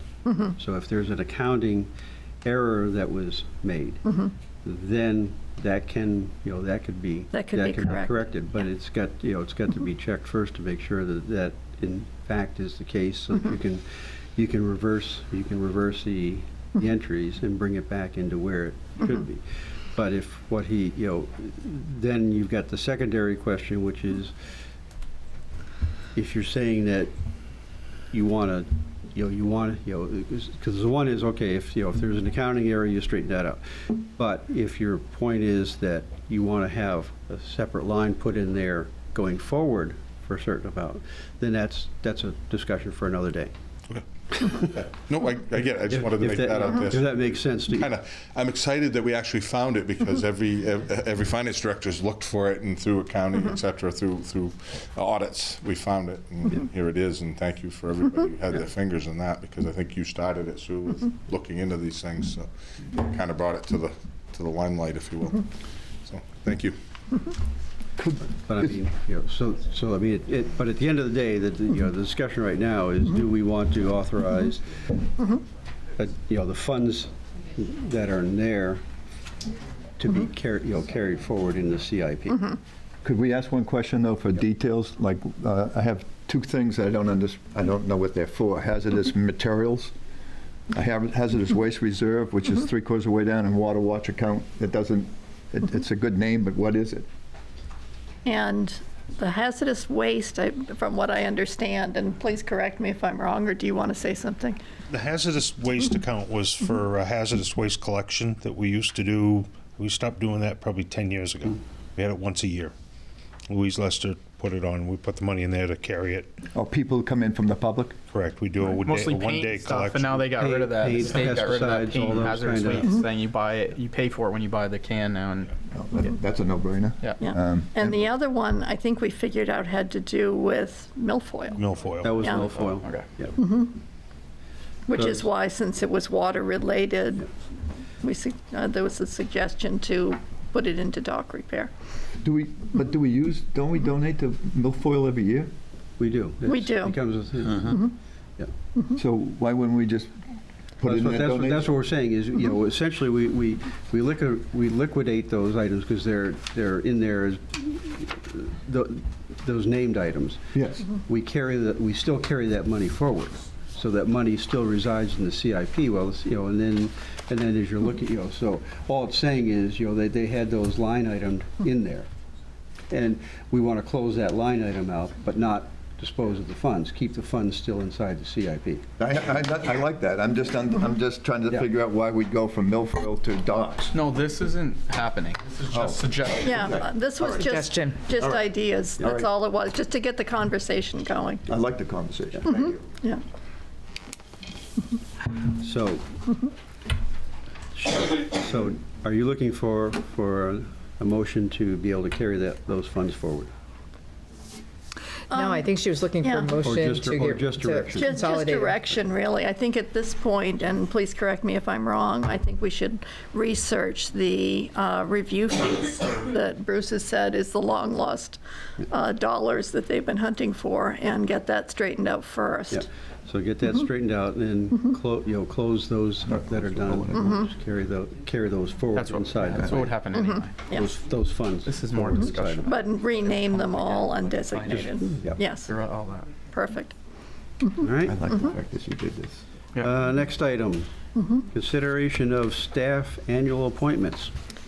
And this is housekeeping, because we don't have a charter, we have to appoint our officers each year.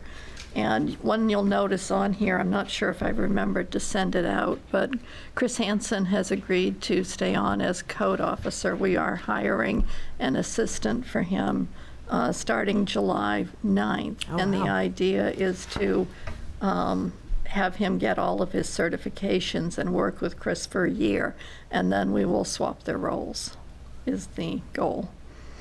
That's good news. So that, but that's why Chris is on here as the code officer. Is there a motion? Motion to approve the appointment of municipal officers. Second? Discussion? All those in favor? Opposed? Motion is carried. Next item, consideration of board and committee annual appointments. And these are the committees that have people up, and Mel reached out to each of the committees to see if these folks wanted to continue, and they did. The motion to approve the appointment by municipal officers as written. So moved. No, she moved, your She moved. second.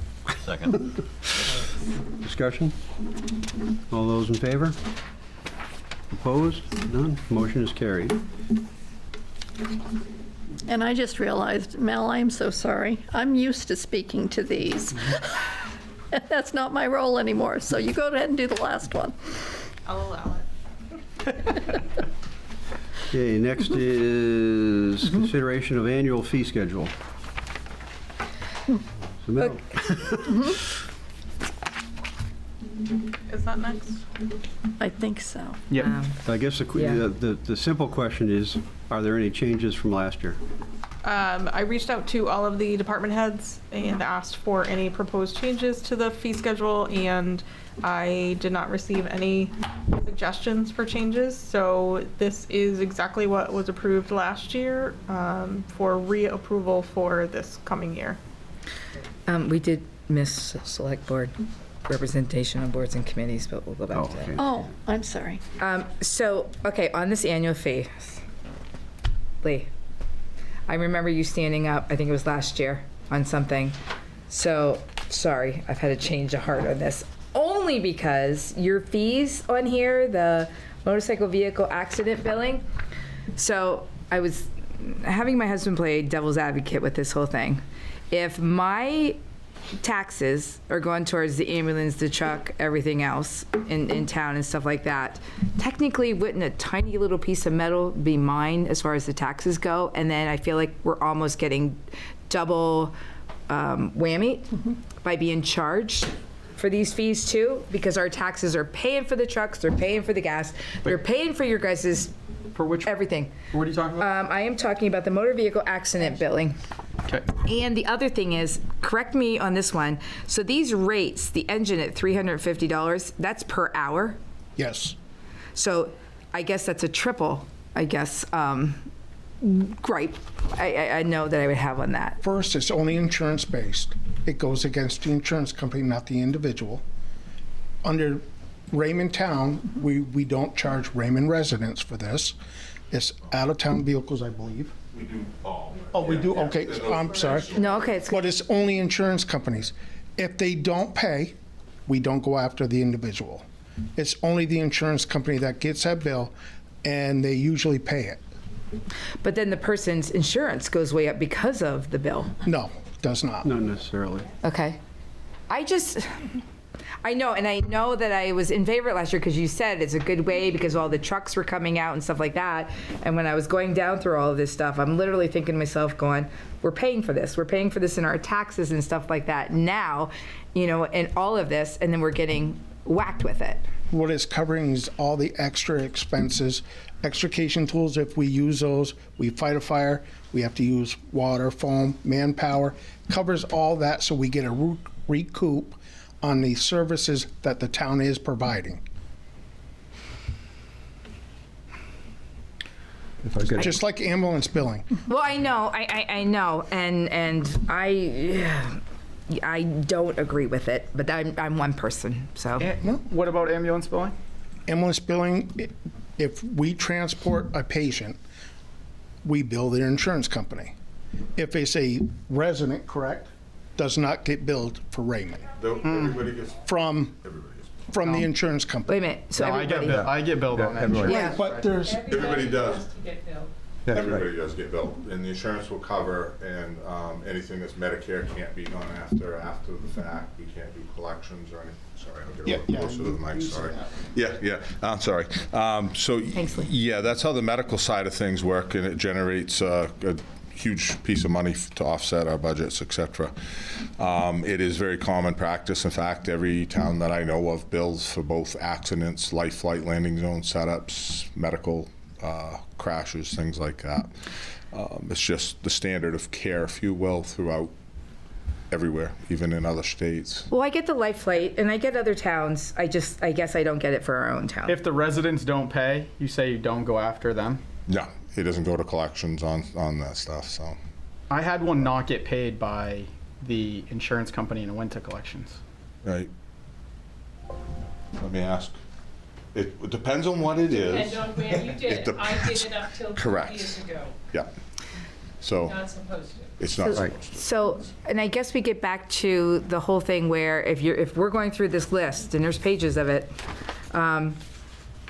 and we were talking about making, Raymond user-friendly and build-friendly and stuff like that, I hate that everything has a tax, everything has a fee, everything has, to me, it's built into our budget, and I understand as far as trying to recoup some stuff, but like if it's a life flight, that's totally different.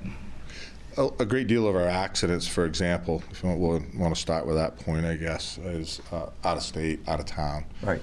That's the impact. We've had a lot of them, and just think of this, a lot of them are OUI, out of state, their fault, they caused it, things like that. It's always the fault vehicle that gets billed, and that's per the police report. It's not every vehicle necessarily, okay? That's the one that we start off with. And that's the one that goes to the billing company, and they bill it, and the insurance will pay for it. It's already included in everyone's insurance, a fee schedule, if you will, for fire apparatus and for rescue transports, things like that is already included in everyone's insurances. So that's why we decided to take advantage of it back. Oh my God, I think this town started billing for medicals in 98, 99, somewhere in there, and crashes about a year after, maybe, or at the same time. Right. I could add a little history to it too, Well, if you might. oh, go ahead, sorry. The reality is, we had, my first year as chief here, we had 87, almost 90 car crashes. I think I looked at the reports, we went through and studied it. I think there was 5 or 6 that were Raymond residents. And we checked with other communities like Sebago across the lake from us. They had 15. I mean, the crashes were incredible in this town. Cars were in trees on North Raymond Road. And so at the time, there was a movement by the SelectBoard in particular that said, let's use user fees so that we're not absorbing the expenses of people that are traveling through the town, people are visiting or whatever. And we really did go from, I think when I got here was 8,000 on the book, 8,000 revenues.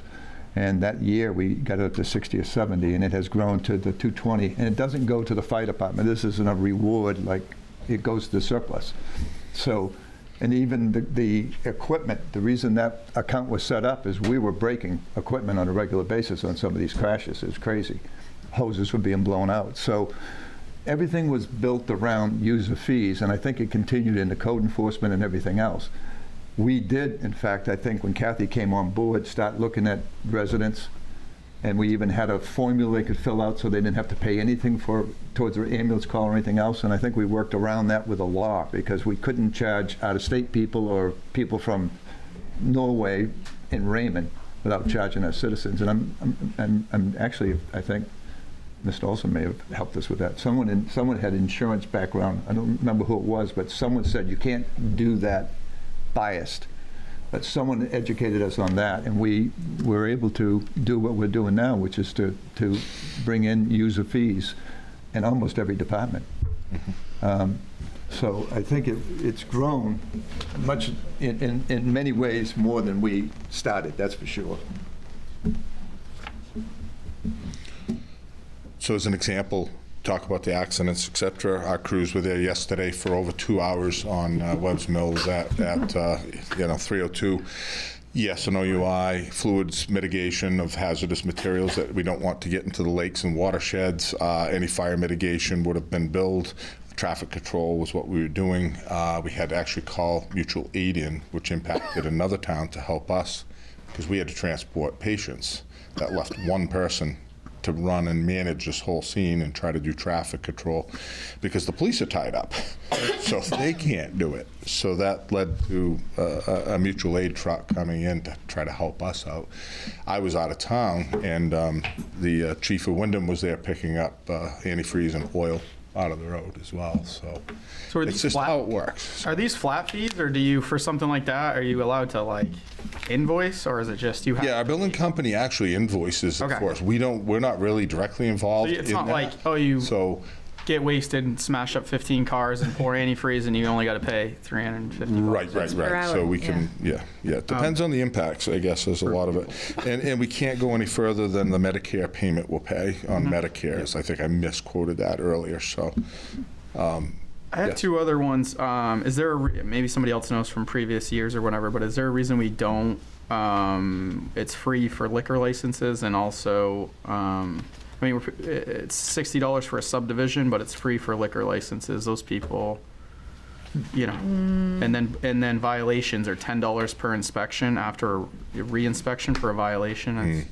So when you get into some of the re-inspections and things like that, it's an impact, and it's usually, again, you think of it this way, somebody who knows what the codes are, what needs to be done. So let's say it's your grease hood that needs to be cleaned annually. You know that because it's in every report we've ever done, but yet you failed to do it. Now we have to take time and go back again and reschedule. No, what I'm saying, I think it's a little light. So.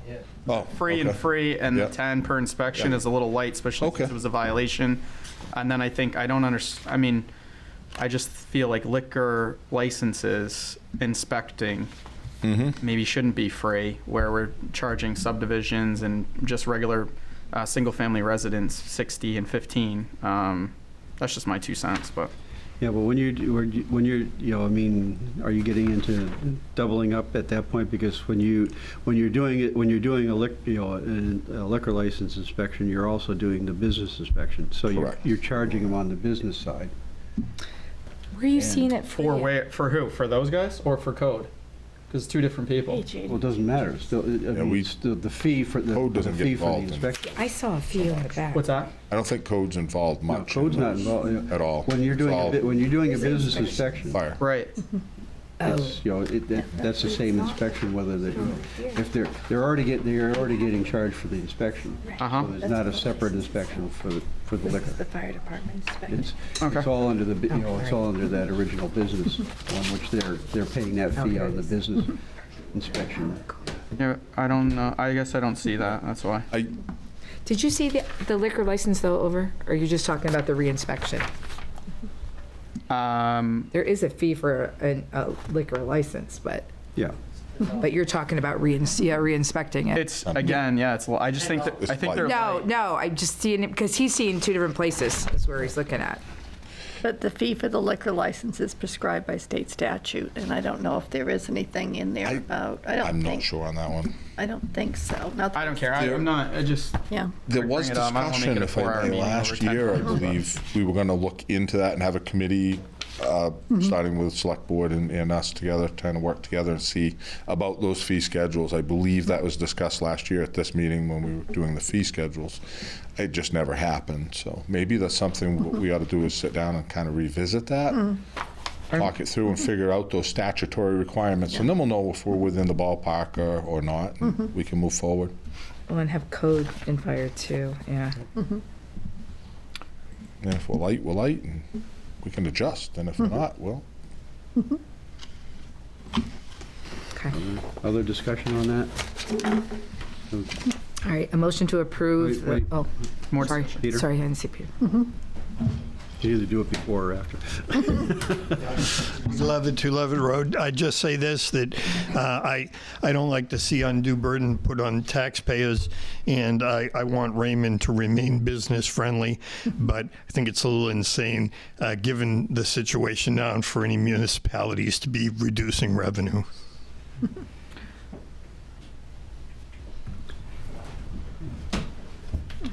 Well, Peter got up, so I'll speak as well. Brian Walker, Rolfe Road.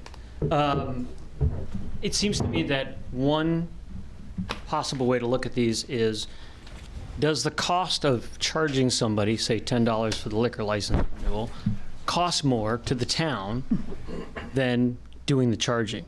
Because if it does, then I would either say get rid of it or bring that number up. Because some of these numbers seem extremely low to me. I agree with you, Derek. It just seems that they've probably just naturally every year we just turn them over. This could but be a some of them could 40-year-old be. charge. Yeah, exactly. $10 is a lot. Exactly. And we're not issuing that many liquor license renewals, but I mean, just as an example of something where maybe we just bring it up to the times a little bit. Well, and some, like that one in particular, is set by state statute, so we don't have the authority to change it. So $10 is it? $10 is it, that's what we get. I'm going to go talk to the 18. governor then. Yeah. I'll sign that petition. Great. All right. Is there a motion? A motion to approve the Town of Raymond 2024-2025 fee schedule. Second. This one, Discussion? please. All those in favor? Opposed? None? Motion is carried. So we didn't do consideration of select board representations on boards and committees. Do we have a list of those? I didn't see a list. Is that in here and what page? I've now. No, I neglected to make a list. Okay. That's You want my to just bad. put it on the Let's next? hold that, then we'll hold that over to the next meeting. Okay. All right. Next item, public comment.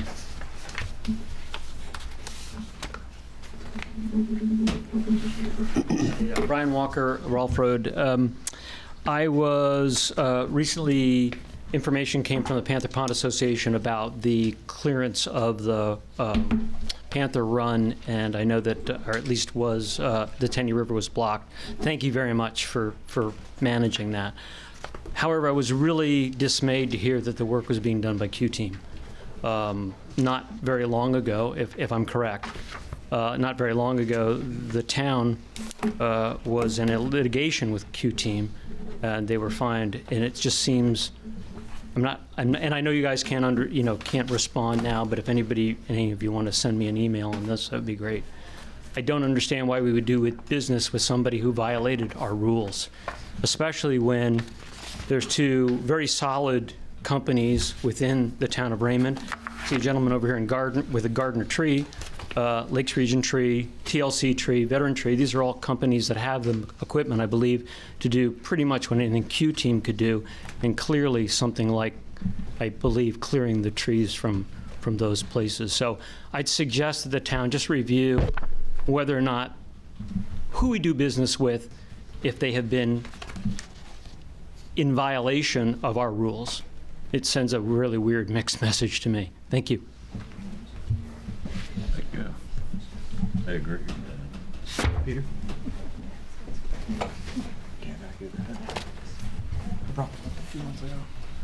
Peter Levitt, 211 Road. I'll keep this brief, but basically, I got an email earlier this week from Select Person Sadak asking if I would be willing to share some data from the Comprehensive Plan Committee, Update Committee, that I had shared along with the other co-chair of the committee to the Budget Finance Committee. And I guess my observation is this. Why did the Budget Finance Committee get that information and the selectmen didn't? And the answer is because the Budget Finance Committee asked us.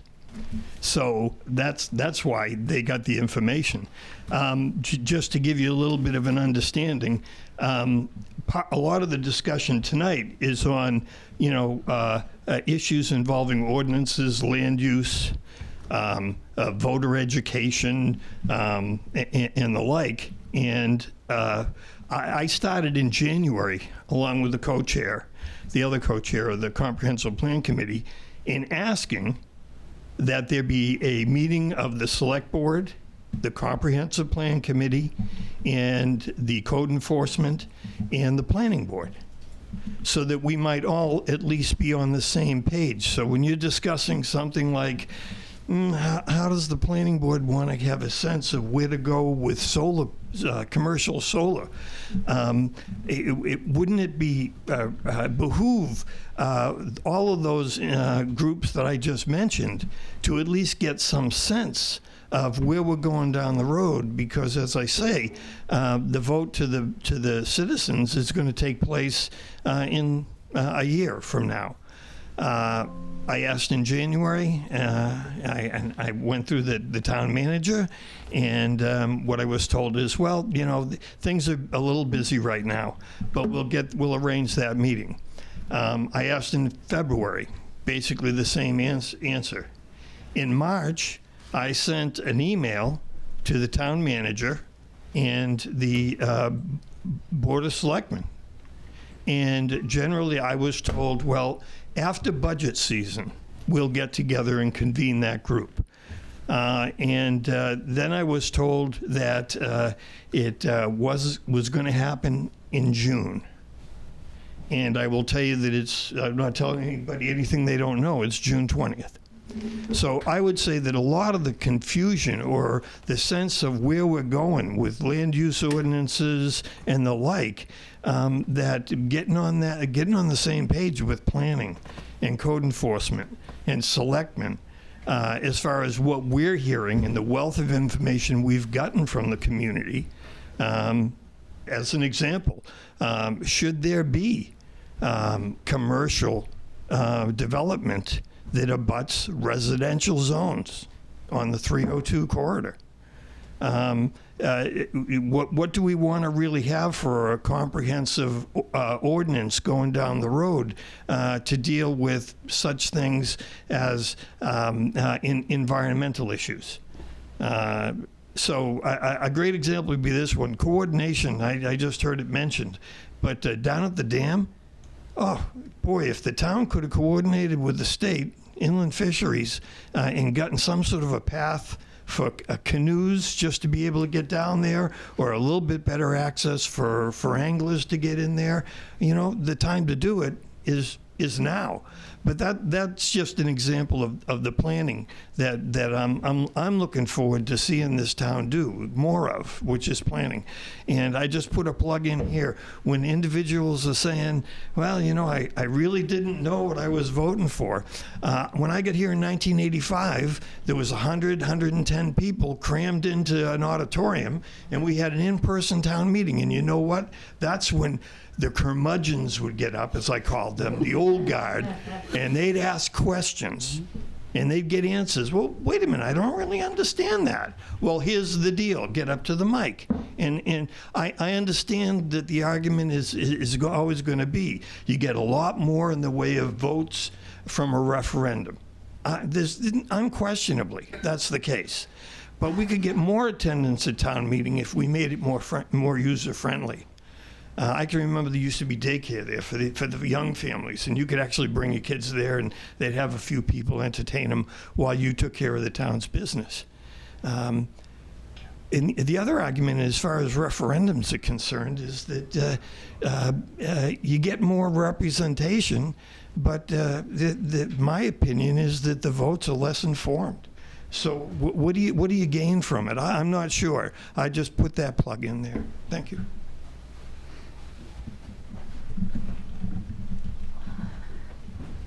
Boy, y'all are gonna get sick of seeing me. Jennifer Danzig, 38 Pulpit Rock Road. Just to piggyback onto that, because again, I'm not an uneducated person. So I have a bachelor's degree, a double minor master's degree. I count in tax law, so I know some law. I still need an attorney to decipher our ordinances in plain English so that I know what I'm voting for. And I think that that's something that Peter's speaking to that we've missed with, you know, our town meeting when we used to all be there and it was more caucus style and you were more informed.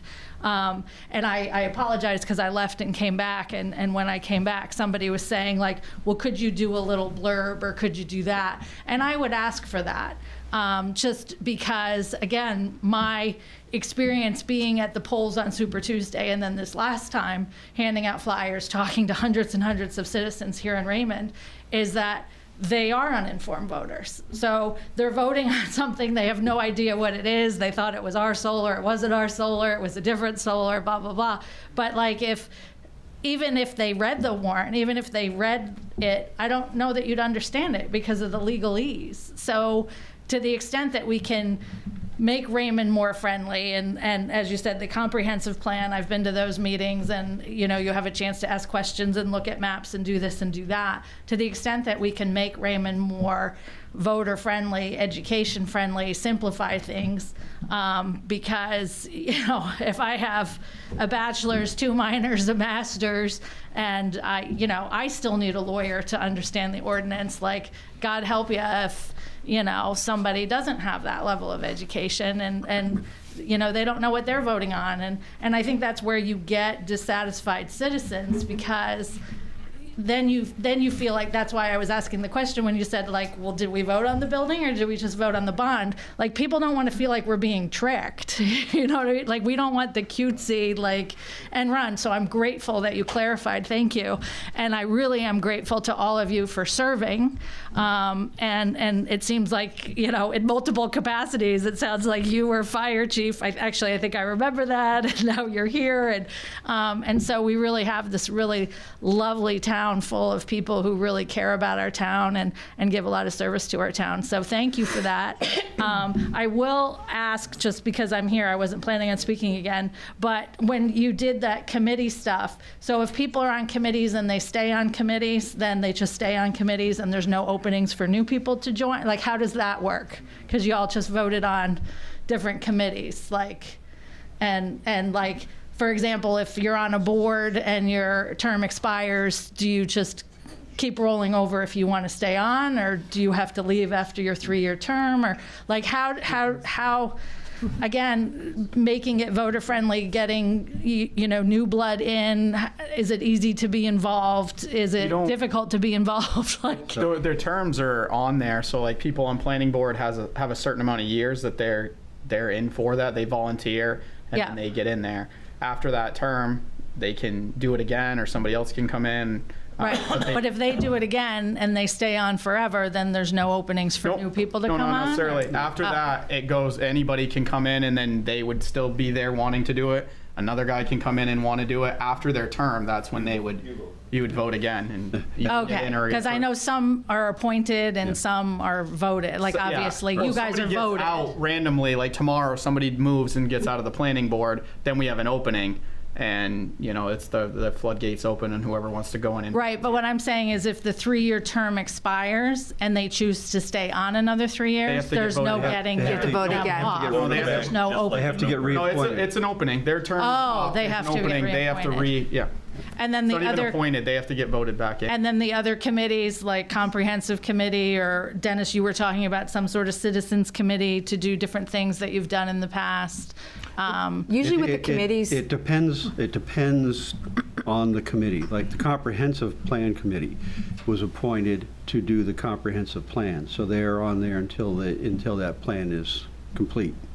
Then that committee is dissolved. Planning board and whatnot, they have defined terms. And so when their term comes out, they can reapply for it.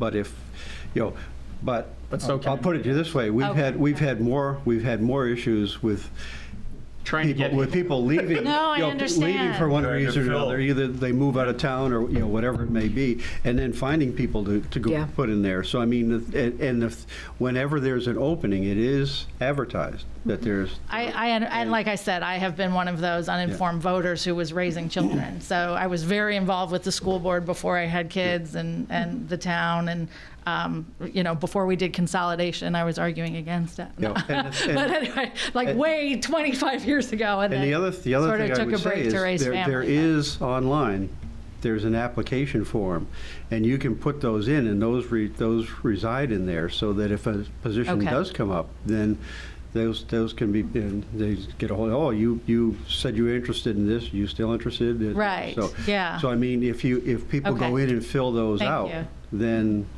that Yeah, I information exists. informally spoke to Sam and Derek and Joe at the last polls. I know you talked to my husband. I was talking to a potential voter, and I did catch Sue. So, and I am I told Sue already I'll volunteer to help at the November election. But you sort of awakened a beast. So I don't know if that's a good thing or a bad thing. But, every silver lining is that, through this solar fight, I've really gotten to know our government. I've really gotten to know people in town. I've got to see a lot of different people. I've really educated myself, and now I have the time, as I'm about to become an empty nester in the next couple years, to give back and participate. And again, I'm grateful for all that you do. Thank you so much. And to your point, I did the same thing as you. I don't know how many years ago now, 4 or 5 years ago, I went in to vote, and I was confused on what was going on. So I went up and asked one of the clerks or somebody that was helping out there, and they have the pamphlets there to read. And so then I went back to the booth, and I'm probably the only person that took an hour to vote. But I read through everything and voted, and then from there realized where everything was, how it got there. Yeah. Now I'm here because of that. It is good and bad, but you do have to take some responsibility, as like a town, not you personally, but right. as a resident, to investigate a little bit if you want to or care to be involved. It's a little bit of a process that you do have to actually do It is, homework, and I think we were very spoiled with town meeting, and we were spoiled when we were a caucus state, right, before we went to primaries and referendums, because it brought us out as a community, and we got to talk with our neighbors, and we got to hash things out, and we got to educate ourselves. And as we've moved to, okay, now we're not caucusing, we're primarying, and now we're not a town meeting, we're just a referendum vote. It places more of the onus on us, and we just have to get used to it and get back into it. Yeah, these are once a month, so I tell everybody you're out going to there, see a lot of me. I You're tell going to get everybody sick out of there, me. come hang out and figure it out. Hit a couple clicks on the town website and also show up, because these are open questions, all that stuff. It's hard to get blindsided if you do come to the meetings and click. Exactly. Yeah, and again, I'll ask a lot of questions just for education purposes. I'm not trying to be dismissive. It helps you, but it also helps people on Zoom or that can go back and rewatch the meetings, all that. So very good. Definitely helps. Thank you so much. Thank you. Mr. Chair, if I may, on committees. I think earlier I misspoke. Mel does, and I used to contact the chairs of the committees to see if they want the members reappointed. For instance, with the planning board, to an extent, the longer you're on, the more experience you gain. There's a lot to know, a lot to learn, and it's not easy to walk into. So if they have people that are already working, the chairs tend to want to reappoint. There are other committees, like the Beautification Committee, for instance, that's always looking for members. They could have 50 members on there and would be thrilled right to pieces.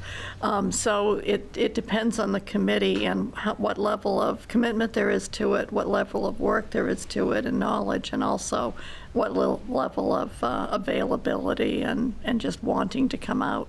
There are a lot of different opportunities in the town of Raymond to help, but getting that application in is key. And we ask you to put on there, I think it's 3 different committees that you're interested in, or up to 3. But when you do multiple committees, each of the either admins in the town that take care of those committees or the committee chairs get a copy of those applications so they can follow up with the people and let them know what the status is and whatnot. Thanks, Sue. Other public comment? I have a question. Yes, yeah. Jeff Morris, 13 Anderson Road. We talked about doing some extra committees too, and someone had set up like a committee to look into grants and stuff like that for the town. Is that something that's still moving forward with anything? Do we have anybody that, or is this not the time to ask this question? That committee hasn't been formed. It's one of the thoughts. Do we do anything like that? Is there any infrastructure that's out there for like public works or public safety that We you guys do. do all that? Sorry, I don't know. I was just The wondering if- department heads right now on the whole do, and I've started looking at companies that do it. Yep. But there was some talk about committees that just hasn't been appointed. Okay, just hasn't been appointed, but is that still being looked into and everything? Not actively. Are we I don't looking at believe, committees, or were you looking at appointing somebody that is a grant writer or Yeah, something I was. in the town? I was going to be looking for. I'm a not. grant I'm writer. actually probably horrible. I thought it was a neat idea. I would be willing to help. I'm not Right. very No, good no, at no, it, yeah. but, No, we often do But get that would grants. be- The fire department applies for them. I've applied for them for Okay. elections. Nathan has gotten a grant Okay, before. I think that'd be a great thing just to look out to see if there's Yeah. some money out there. Thanks. Other public comment? Selectman comment? I do. Okay. I went to the budget finance meeting the other night, and there were some questions that were asked, and I just wanted to bring those up so we are aware of those. One of the things that was talked about was where the money goes to as far as the Buteau fines and stuff like that, how it's put in there. There was some thoughts on that. There was, sorry, wait a minute. One of the budget finance had said that there was some ideas they had for the money and stuff like that, and they wanted to know where we put most of the first money. And we put it towards tax relief. And I do believe that the reason why we did that was because the year before we could not do tax relief because all the money was tied up into lawyers' fees. So this year we did it, but there's another payment that's coming, and Budget Finance would like to know if we have any ideas as to what we would be doing with that. Did they have suggestions? They had a couple, right, Sean? I thought you guys did. Someone had said a collection of money for legal fees fund. Well, was one of them. the first thing we want to know what it could be used for. And it was totally fine. You were not willing to speak about what it could be used for. So just in general, what are the options for that? The thing, this is my personal opinion, I'm not speaking so much on budget finance, but you use it toward tax relief. And what was that, $500,000 or that first payment? What are we taking, $16 million or something like that in tax revenue? Something along those lines? $500,000 to lower taxes. And what is that, like, I don't know the math, but $50 off people's tax bills, you know? What else can we use that can help and better the community? One of my thoughts was this violation, I'm glad we got through it. I'm glad the time frame and everything. The next one, we might not get so lucky. It might be a long, bloody fight. Maybe we set some money aside just in case. Defend ourselves as a community. That way, if we do have another violation, we can fight it a little bit better. That's just one of the things that I had asked. I'm not saying that's a suggestion. I think we're going to probably talk about it a little bit more as budget finance. I think we would like to bring you some recommendations, but the question is, what else can we use it for besides just taxes? If you're willing to share. I don't think 500,000 was put towards tax relief on that We particular haven't, one, was it correct?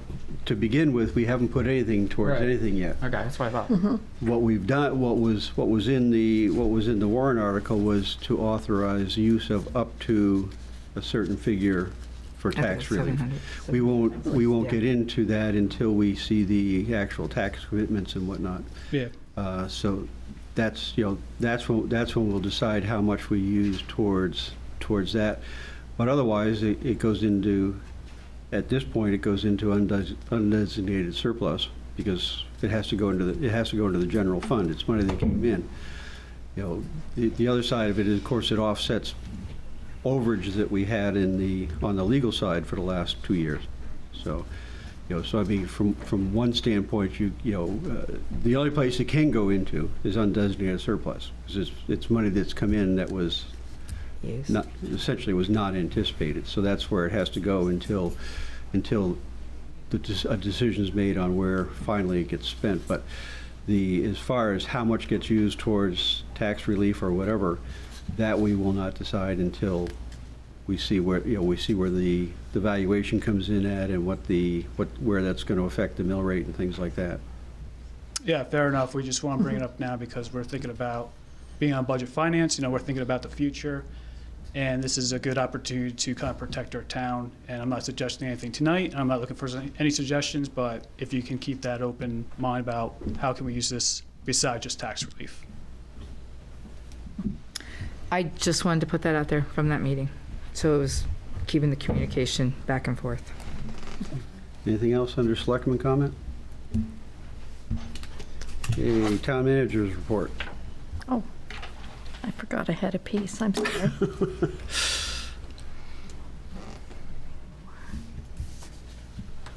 Open up the agenda again. Don't mind.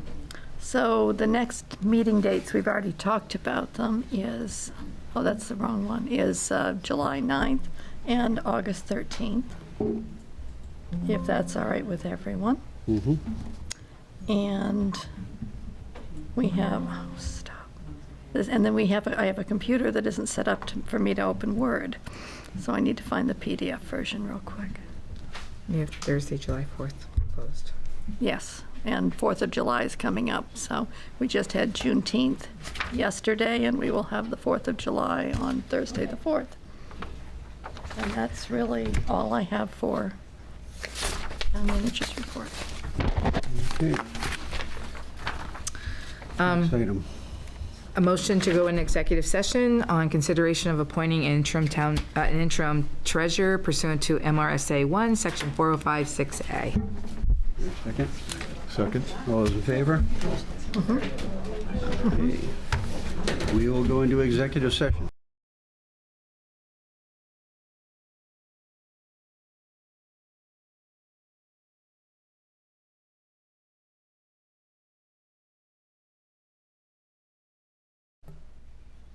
A motion to come out of executive session. Second. All those in favor?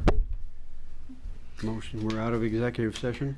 I'd like to make a motion to approve Joe Crocker as the interim treasurer Is there a second? I'll second that, yeah. while we look for a new one. Right. That's why the term interim. All those in favor? Opposed? None? Motion is carried. Motion to adjourn. Second. All those in favor? Meeting is adjourned.